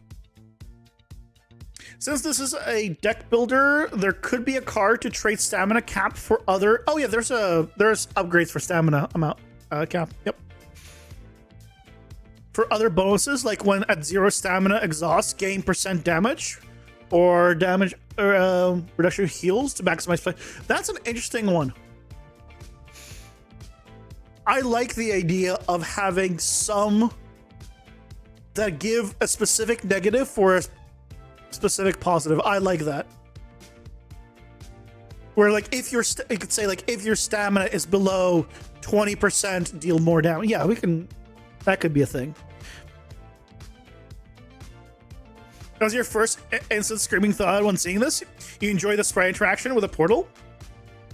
The time warping early. You honestly would like the character to be fast. More fast-paced game. Is that something you want to do? I'm okay with doing faster character. And I have considered going faster as a character. So that's... I'm up for it. I think it's going to be dependent... Once I get these mobs in place, what I'm going to want to do is play around with this and see what speed do I want to be to go between packs in the fastest amount of time that doesn't also make it... Like, that felt good.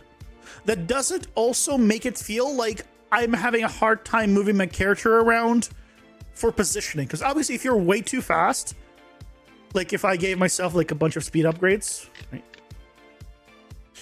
If you're like super fast, then if you like reposition here, it would be harder. Also, you have an well, to be fair, You do have a like speed up time, so I guess small movements would still be fine.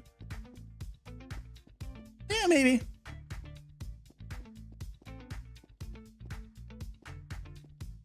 Have in mind how long you want the fight for each pack to be. Oh yeah, I actually have that. Actually, pretty sure I have that written down. Do I have that written down? I remember I was thinking about it and calculating it.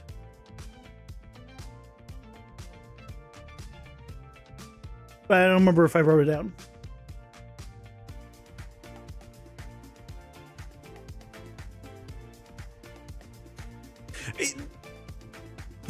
That could be also played with. What I'm looking for, I guess, is less specifically pack time. I'll be looking for dungeon clear time, because I don't want a single floor to take longer than 15 to 20 minutes. Not including boss. So realistically, I'd want you to be able to clear the floor and get to the boss in about 15 minutes. So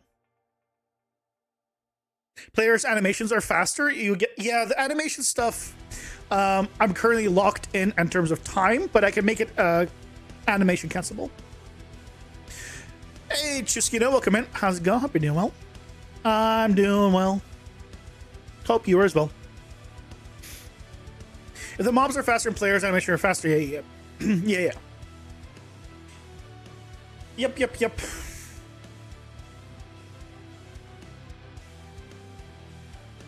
So, I think you know. Let's take a look at the player right now. We can take a look at the player speed.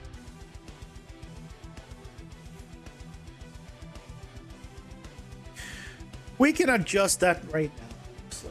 I kind of agree.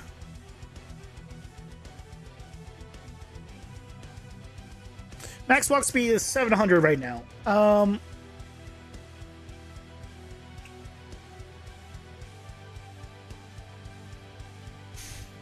Should we push it to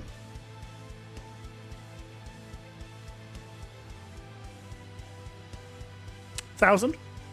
A meter a second?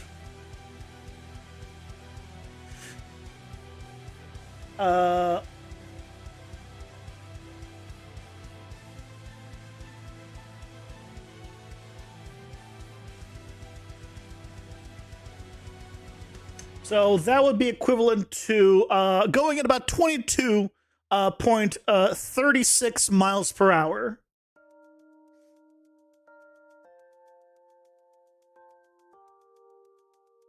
Before it was 15 miles per hour. 15.6.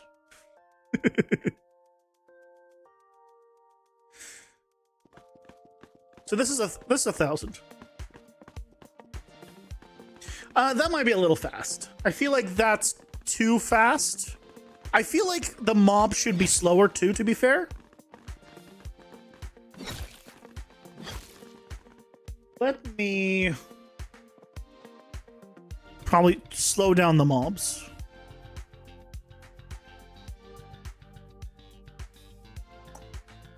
Do I have a...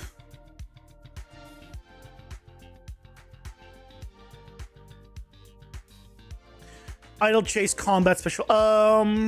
They're at 600 chasing. Let's do 450, 350, 250.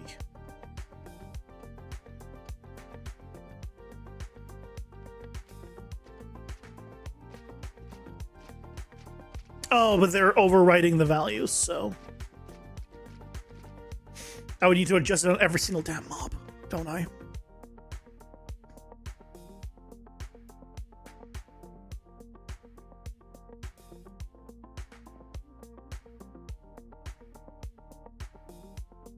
Yep. Stream on life support until the ed demands are exercised. Okay, we'll adjust every mob's speed after that. Because I do want to be a little slower. Or slower, period.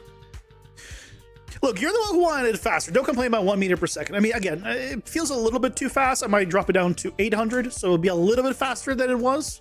But it wouldn't be like that much faster.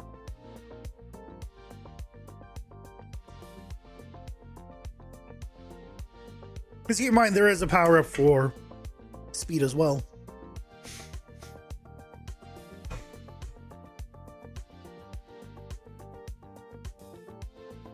I should do more. Yeah, I should do a lot of upgrades that are like, if this, then this. I think that's a good idea. 1 meter per second is a lot for someone walking. I mean, that's a lot for someone running. That's 22 miles. I cannot go that fast. I mean, I'm not exactly a runner, but how fast do runners... How fast do marathon runners run?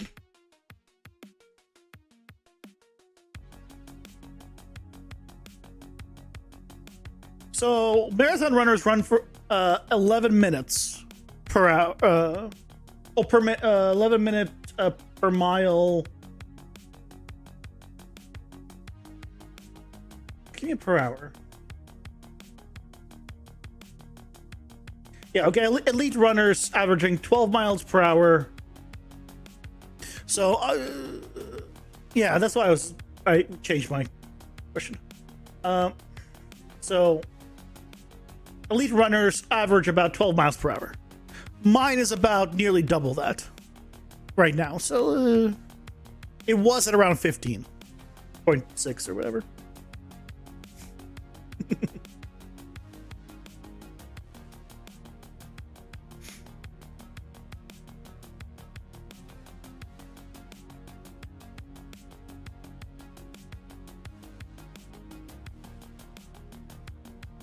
And that's also for sprints. 12.4 mile per hour world record is for a 2-minute sprint. So realistically, anyway, let's go ahead and slow down all of the enemies, and we'll start from there.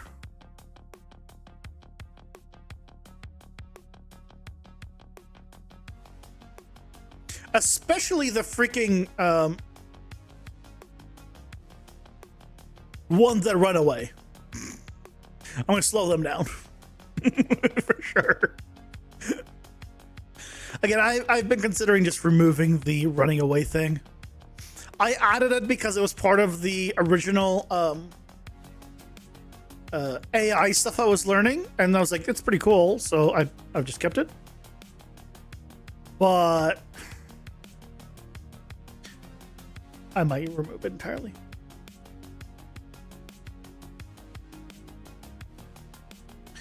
Who are you? Embertooth. Yeah, your combat should be like 250. Chase should not be 500. 350. 400. Okay.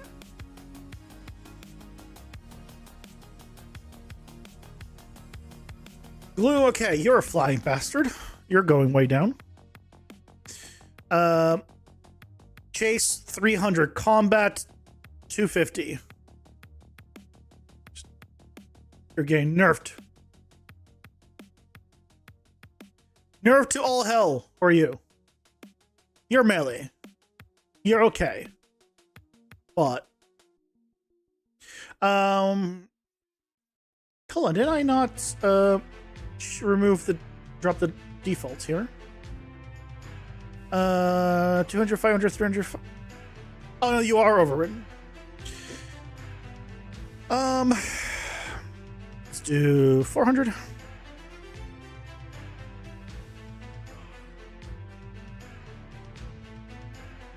Okay, you're a flying bastard. You're dropping.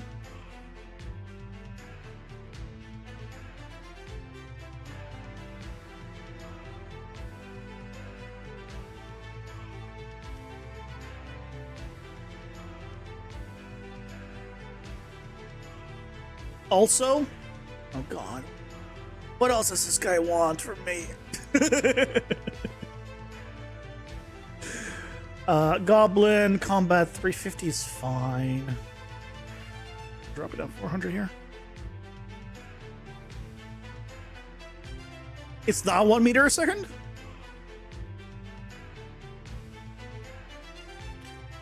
It's actually 1,000 centimeters equals 10 meter?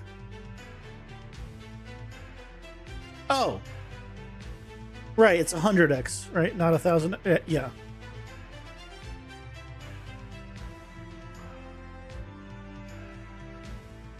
So,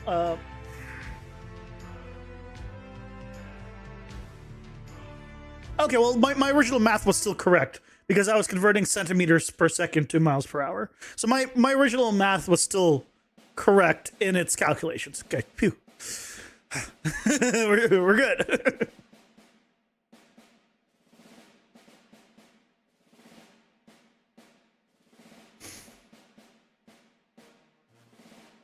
You're like 1 meter per second is not 2200 miles per hour. Yeah. I put in my math at centimeters per second, 2 miles per hour, but I was saying meters because you were saying, I think, yeah, you said LMAO 1 M per S. So I was like, and then I just went with it. Because that was 1 meter per second. So really, you were wrong and you lied to me, and I trusted you when I should have trusted you. Why would you do that to me?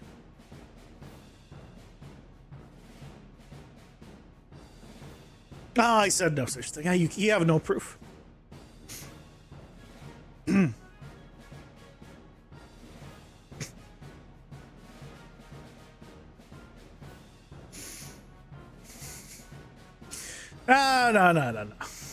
There ain't no proof of this.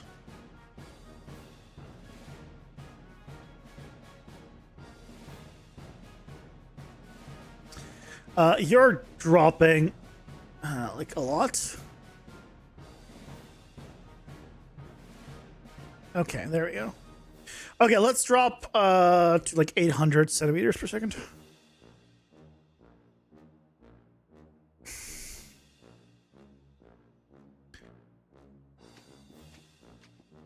Okay, so that's the new speed of these guys. I feel like that's better. I feel like them compared to me now is a pretty good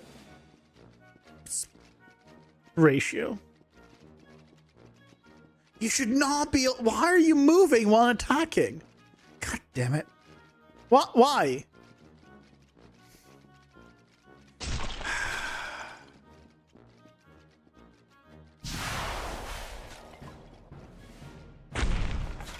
Holy sh! I'm dead.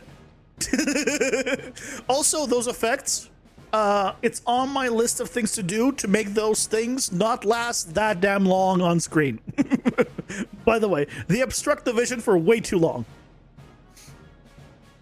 So also on my list of mental things that I have. Was that a 95? No, I got hit by 2 things, I'm pretty sure, at the same time there. Oh no, his damage is increased. So he that could have been one, yeah. That guy actually probably was 95 damage, yeah. Because that was the champion. So he has a lot higher scaling of damage. But he's very weak in terms of health. So he increased his damage to compensate. We'll play around with it. But yeah, I'm pretty sure that you're right. That was that one guy 95 because his damage is higher than other champions right now. Yep. Visibility and be able to dodge. Kind of important. I know. Who would have guessed?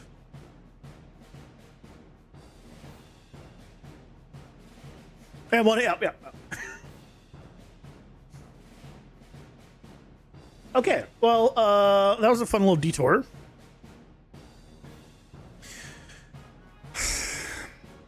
So theoretically now, what is the game like?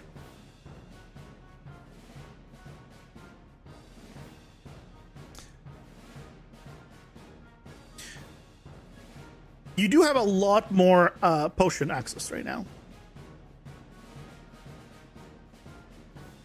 Detour, we calling detour, fix your shit. I mean, like, we were doing the bomb spawner, and then we went to do, like, speed stuff, and then we came back. So it's like a detour. I didn't say it was a bad detour. Gotta call a horse a horse.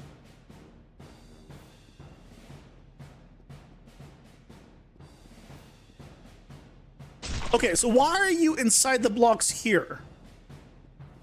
Why were you not inside the blocks in the other... Why were you...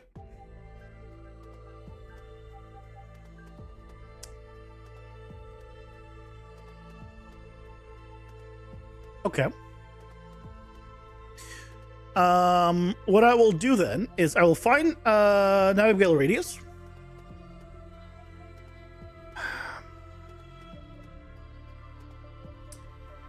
And then I will just add 200 like I did before. Because apparently, screw me on that one.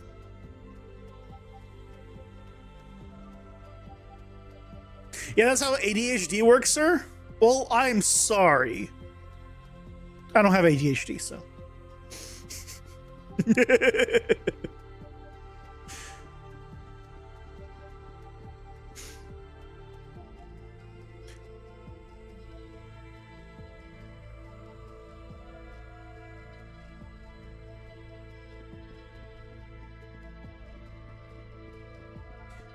Why are these guys again? Oh, that felt so good. Oh, I will say that felt so good.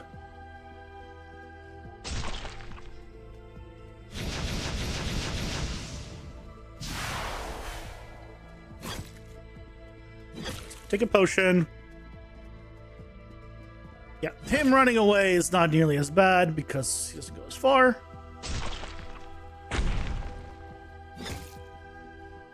Or as fast. Oh, he has a melee attack. That's right. And now I already have a potion again, so I can use... Oh, I almost have a potion again, I think. Not quite, because I can't quite use it. Move! Oh god, that hurt. That hurt. Okay, yeah. Okay, so I need to... Still be careful here. Let's get them all in a line. Come on, here, come here, guys. Oh, those are... What happened?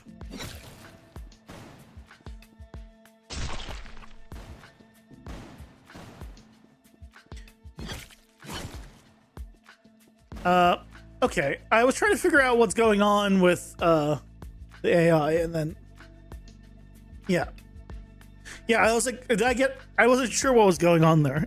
Was there an animation lock or what? Something happened.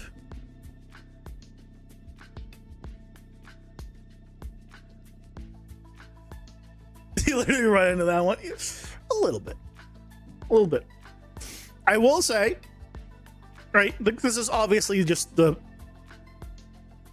very beginning of the setup for this.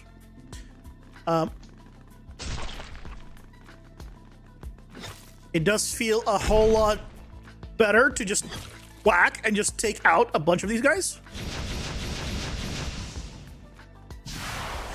Oh, I also don't have the post-process in here, so I don't see which one's the champion. That's fine. Yeah, I'm gonna use the potion and then kill you. Right, and there you go. My potion's almost recharged already. Yeah. Oh god, these guys! Just kill them all. Kill them all. Yes. Good. Just kill them all. I think they need to spawn a little bit further apart. Is what I'm noticing.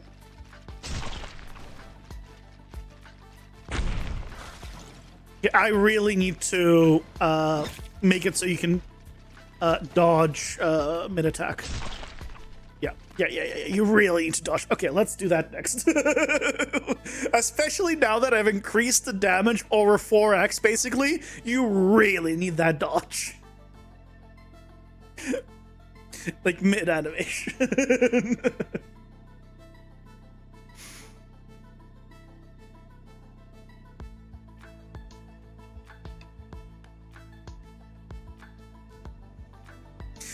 Miyazaki's awful at Elden Ring, just like you're terrible at your game. That's fine. Yeah, today I was trying to figure out, like, I want 15 minutes to clear the level of mobs, roughly. And then depending on how big I want to make it, right, it'll depend on also that. And then I want, if you have 2 tier 2 upgrades for damage and 1 tier 1 upgrade for damage, and you know the mechanics, for it to take under 10 minutes to kill the boss. What in the awesome are you looking at? Welcome in, Scotty. How's it going? Hope you're doing well. This is the game that I'm working on. Welcome. How are you doing? Hope you're doing well. So, yeah, I have a no dash here. So here I can not dash. So what I can do is I can... Okay. Shut up. I can make it so you can dash, but it just...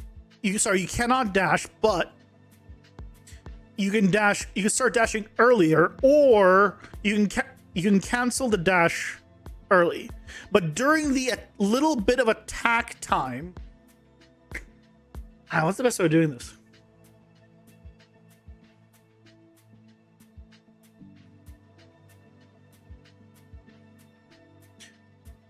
Yeah, maybe I don't have this. Yeah. So this is where the attack triggers. So I need to keep the character here until this point in time. Because this is where the trace of the attack happens. Unless later on I can look into setting it up where...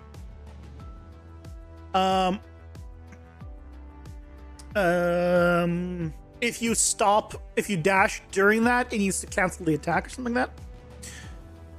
Small window in the middle where you can't dash. Okay. If you feel like that would be fine, then yeah, I wasn't sure if that would feel like fine.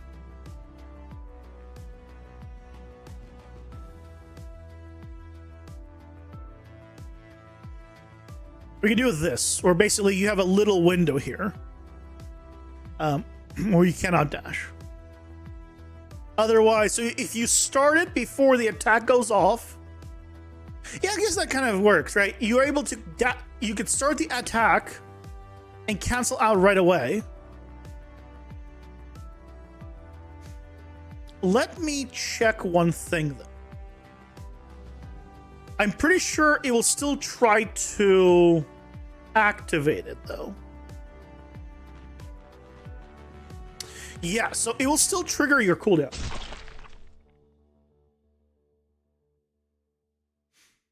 So I'll probably I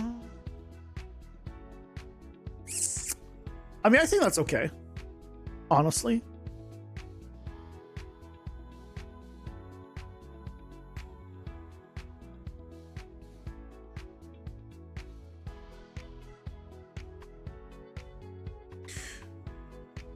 Would you do a 70% refund on cooldown like that?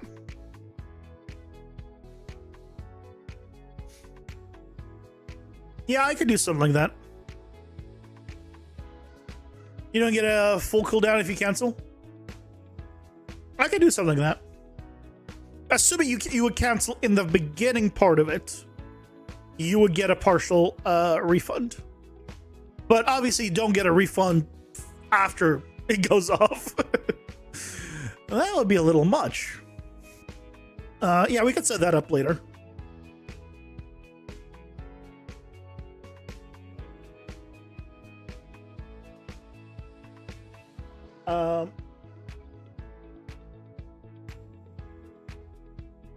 I'll write that one down because that's one I could forget.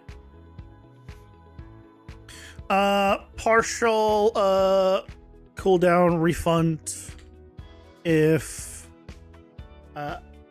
attack canceled before. impact.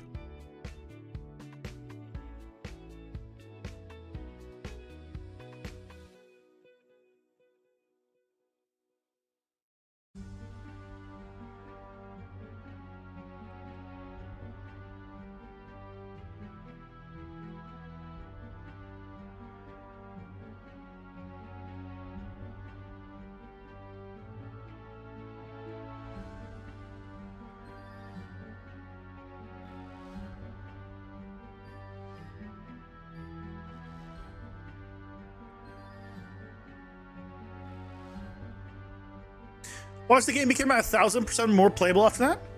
Oh, it definitely will. Look, this was on my mind. Hubbar 2 doesn't have a pre, so on this one, so it's fine. It immediately goes off. So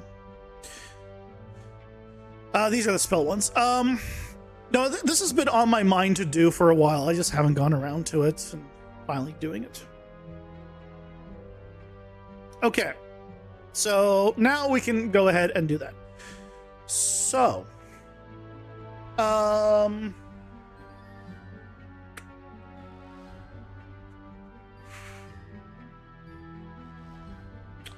what I could do is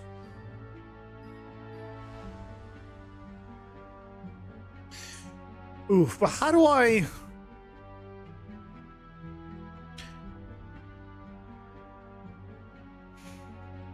I know what attack and everything I'm doing and how much it costs when I refund?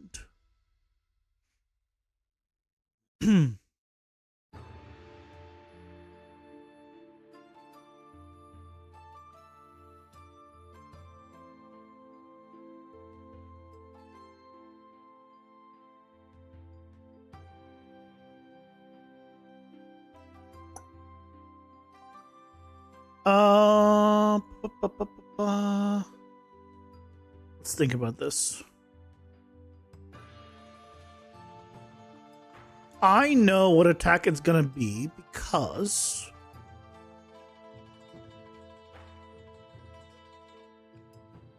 I set the gameplay tag on the attack Anim gameplay tag. So based off of this gameplay tag,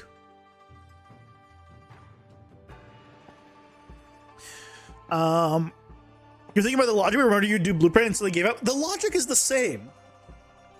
Logic doesn't change whether it's C++ or blueprints. It's just how you execute on that logic changes. That's it. But the logic doesn't change. I would say like 95% of the logic doesn't change, if not 99% of the logic. So yeah, based off of the gameplay tag, I'm going to do the hotbar attack. Oh, wrong one.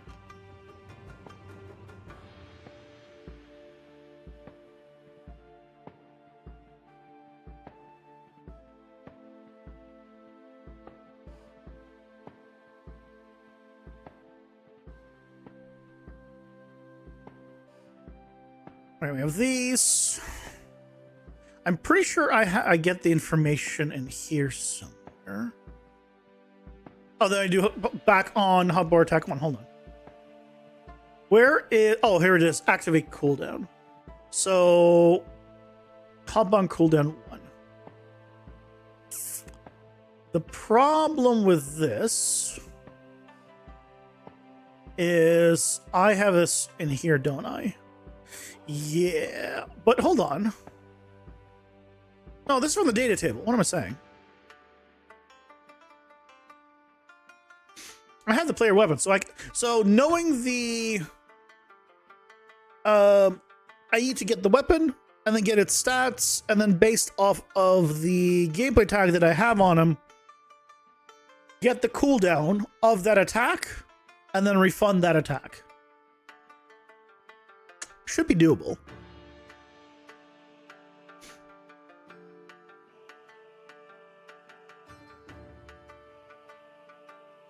should be doable. Let's go make a function. Refund ability cooldown.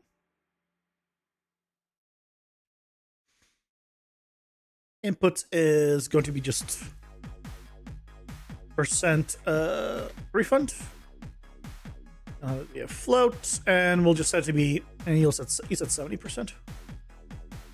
Sure, we'll go with that as our base. So what we want to do is get the current weapon, get this, get this.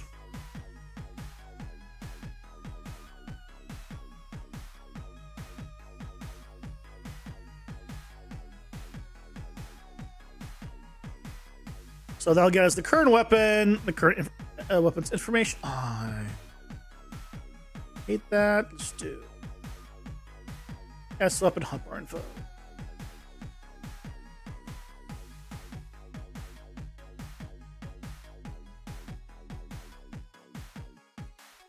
There we go. Do break.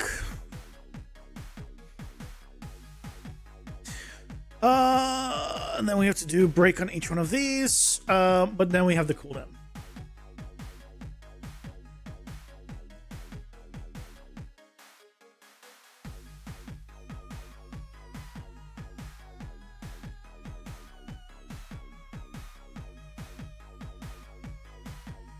Yep. So let's do local variables.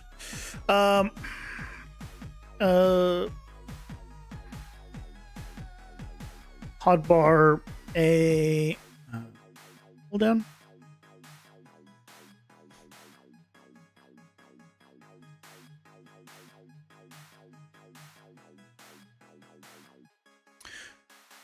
You know what? I'm going to do it numbers. Do it numbers. I think I'm using numbers everywhere else. Plus, that's just easier for me.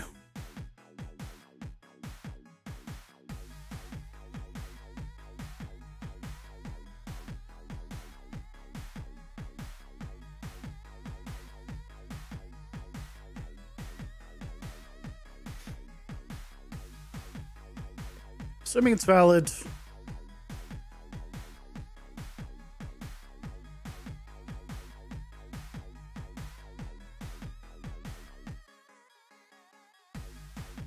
Let's set all of the values.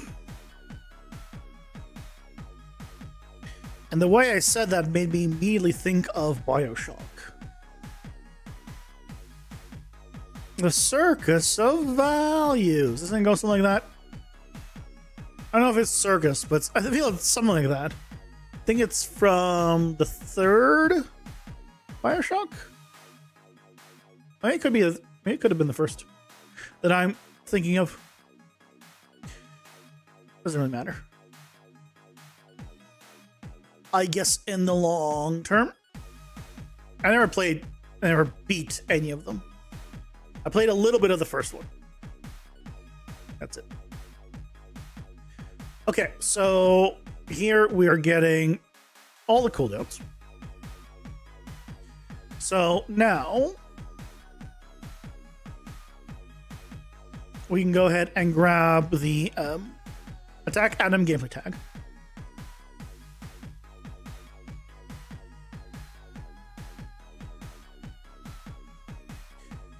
And do I want to?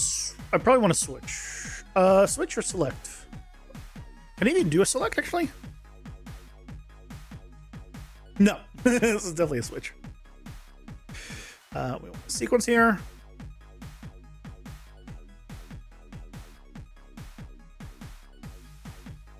Have you started watching C3 at JK yet? No, I haven't gone around to it.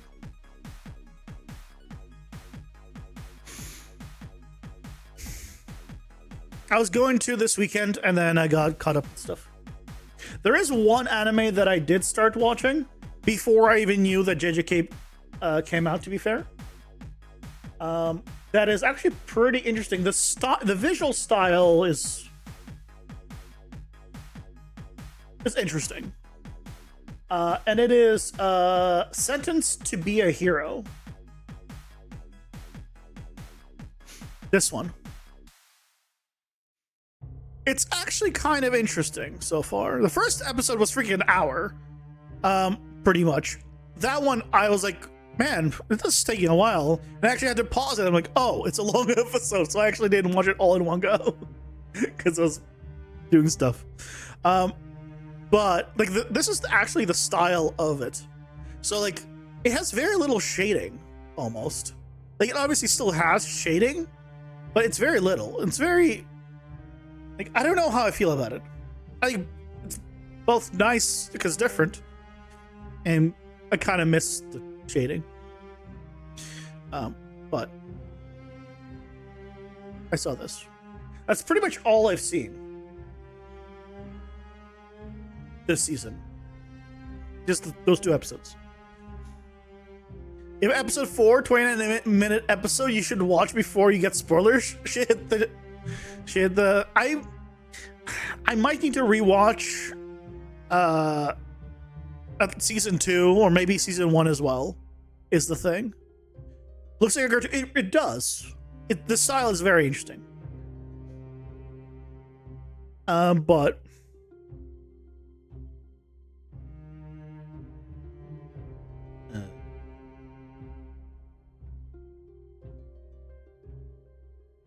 oh, here, weapon attack.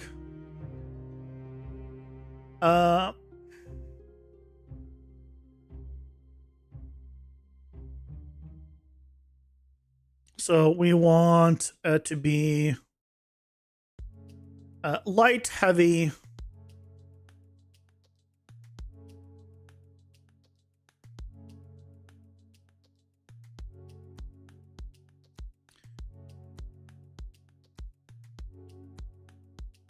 hold, I guess.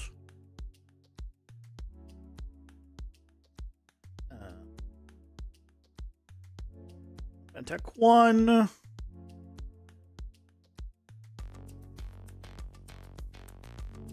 2, 3, and 4. Okay. That's all. You watched a Chinese anime, very realistic with 3D scenarios, was phenomenal. Nice.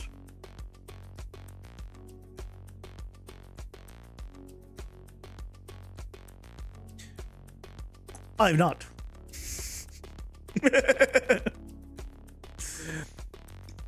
The only Chinese one that I started and immediately stopped was one that was like, maybe if it's interesting, I'll kind of watch it, was the mystery one.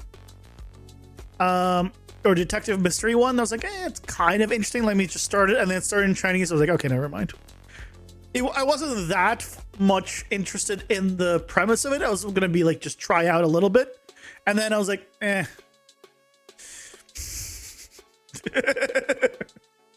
can't even use it as like listening to Japanese. Well, all right, nah.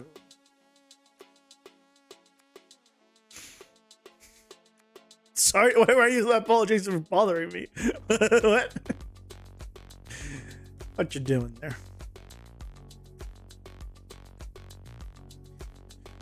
We want to do activate cooldown.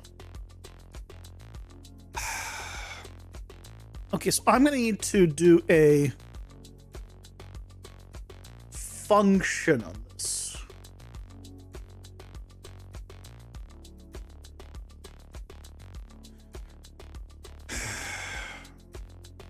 I don't want to do activate cooldown. I guess I need to do... Yeah, Lord of Mysteries. Yeah, that was the one. Was it JP voiced by Chinese studios? Ah, got it. Yeah, the one I was talking about is literally Chinese voice acting. And because I'm not used to, right? It's not like, oh no, can't listen in Chinese. I'm just not used to it. So I was like, the premise was not interesting enough for me to be like, okay, let me just also go that far. into it. I want to do recover cooldown. Hold on a second. Activate cooldown. Cooldown duration, set percent. Cooldown timer.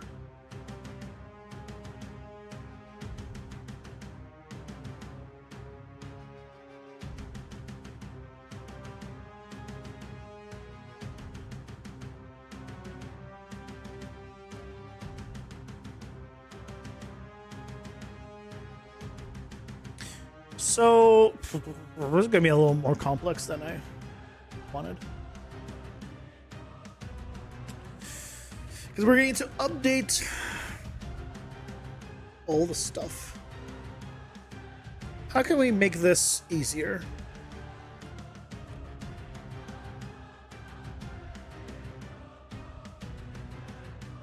I guess here...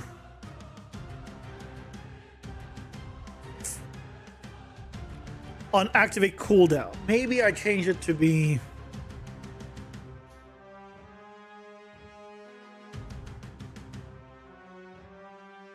give it another control. But no, because I don't want to assign the cooldown duration. So what I need to do is basically I'll need to get the percent, set it based off of that.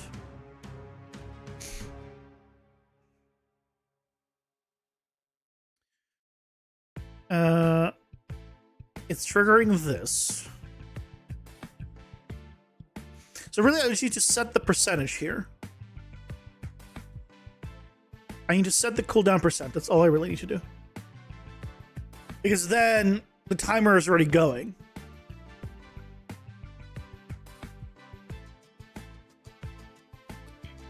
Yeah. So let's make a function here called remove time from cooldown. Or yes, remove percent from cooldown.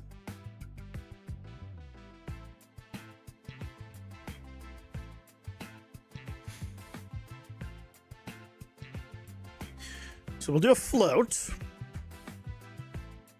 Divide by 100.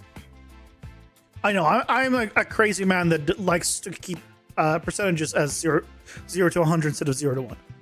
Like a programmer. I know, it's crazy. So we just need to do set percentage here.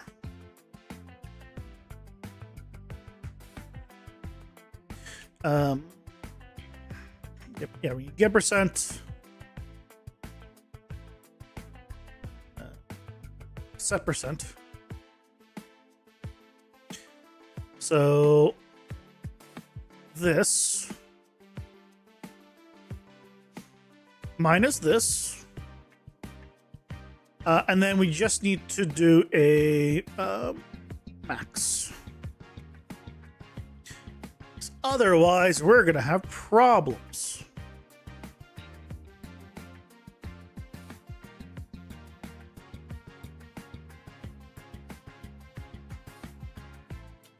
That I want to go negative. It shouldn't matter, I think, but I'll just play it safe.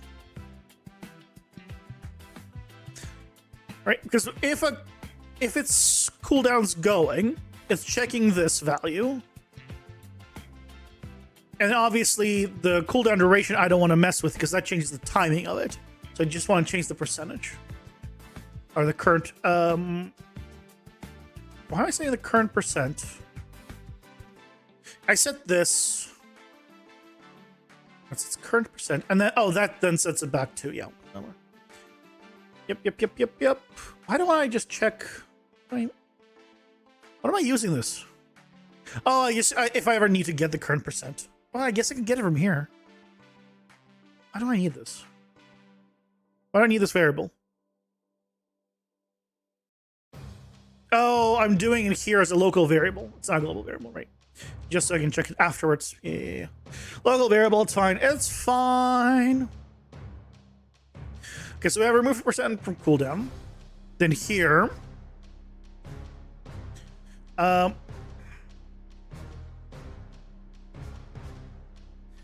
remove percent from weapon ability. So now I need to know which one it is. So let's go with a simple integer here. Hotbar slot.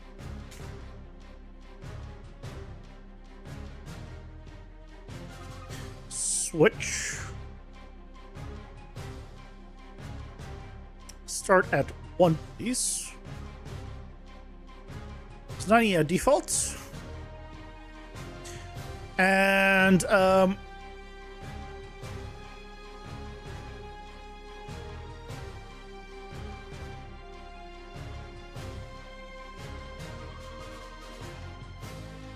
it is.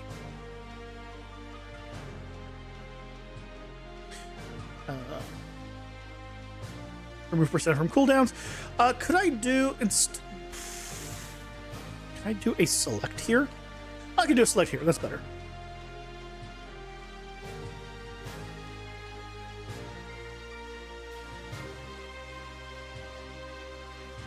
That's based off the hotbar slot. Get hotbar slot.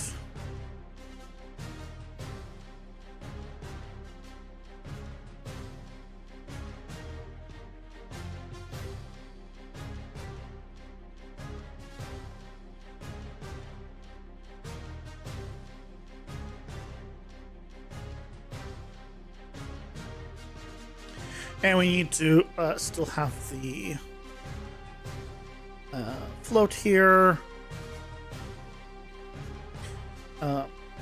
Percent to. What logic is it using to make that 2 a lowercase? I want to know.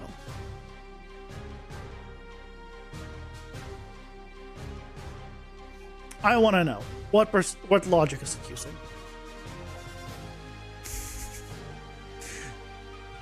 Is it just because it's 2 characters?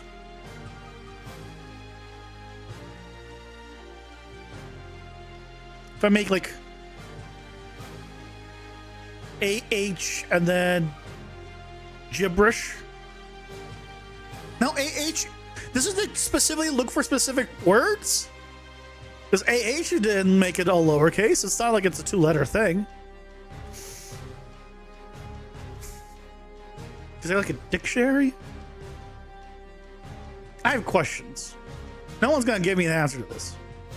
But I have questions.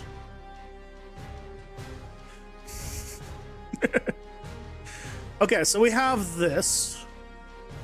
So on the hub, let's go ahead. Probably an interface.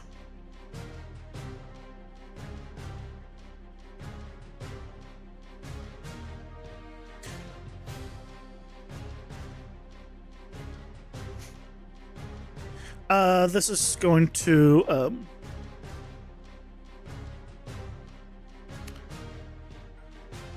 recover weapon ability cooldown.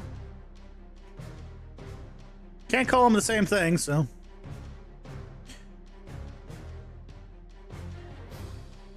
Percent to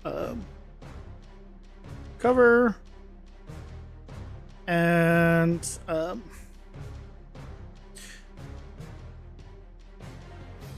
hotbar index slot.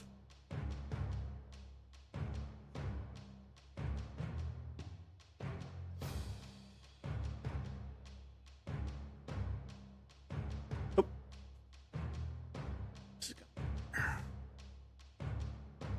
Okay.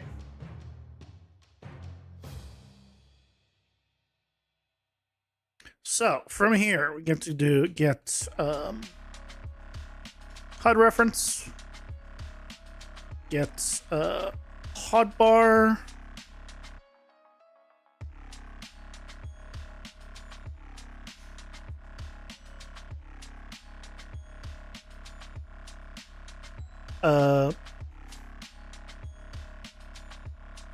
Wait.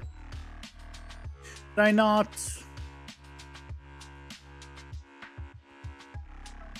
Oh, not you. Remove percent from weapon ability.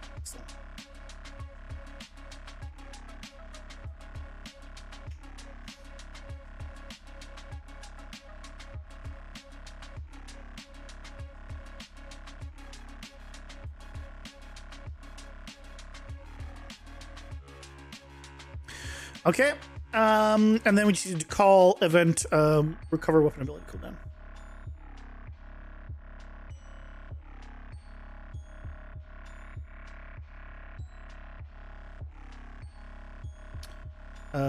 Recover weapon ability cooldown. The only problem with this is I cannot do a switch on gameplay tag.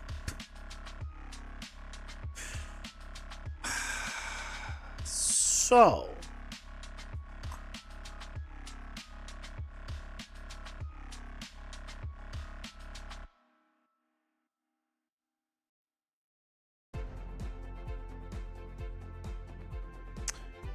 a percent. Different.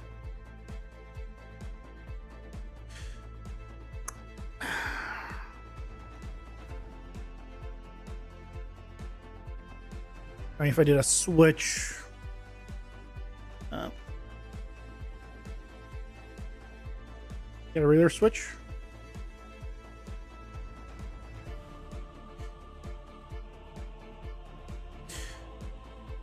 Oh, not switch. Select. That's fine. I cannot do this. Oh, you know what I could do? I could try. I can maybe go to string. I could go to string.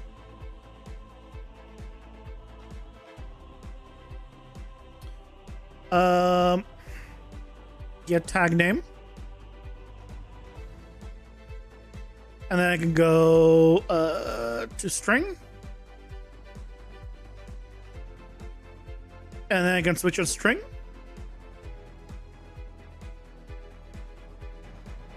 Wait, can I not switch on string?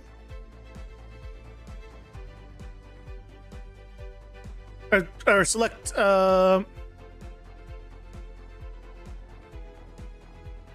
Oh, I could do a switch on string.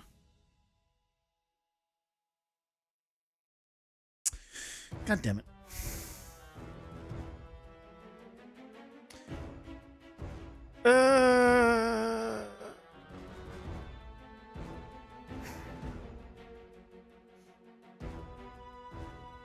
I hate it. I hate all of what is about to happen.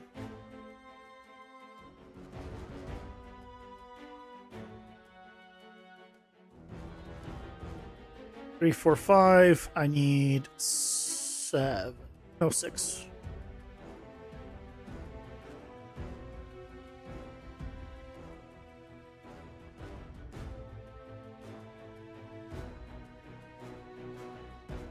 Like I said, I hate everything that's about to happen.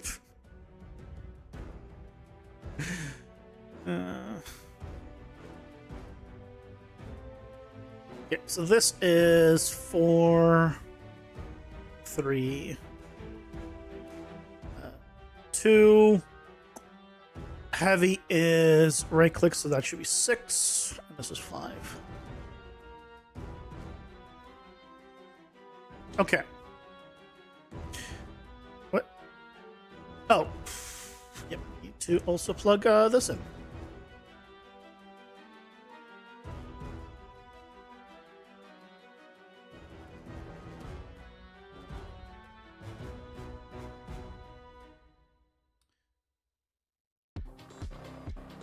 We're not going to finish setting everything up, but I should be able to manually trigger it for testing.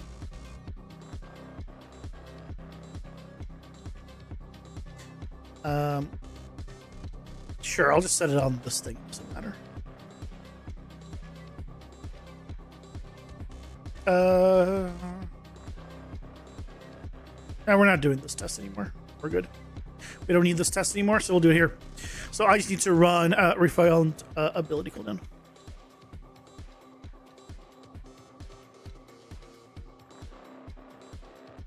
And it's going to get the current weapon and get the current ability, and then whatever the last one it was, basically refunded. What was the hotkey that I set it to? 8, I think? 9. So let's see. If I pressed 4, and then I pressed 9, yeah, there you go. And as soon as this reaches 0, yep, I can do it again. There we go. So we just need to have this done automatically. That is going to be the last thing.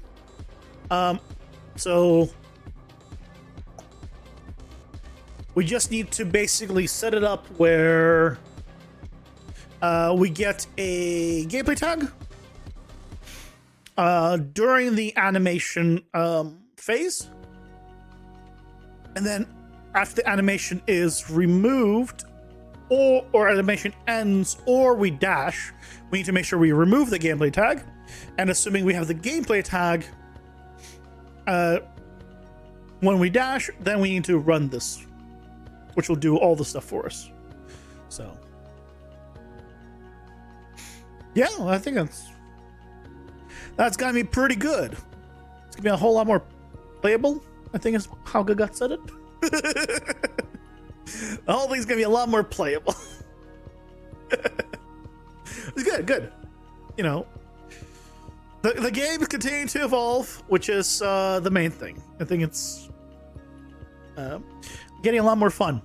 Tomorrow we will finish that part, and then because basically the mob packs honestly didn't take me very long.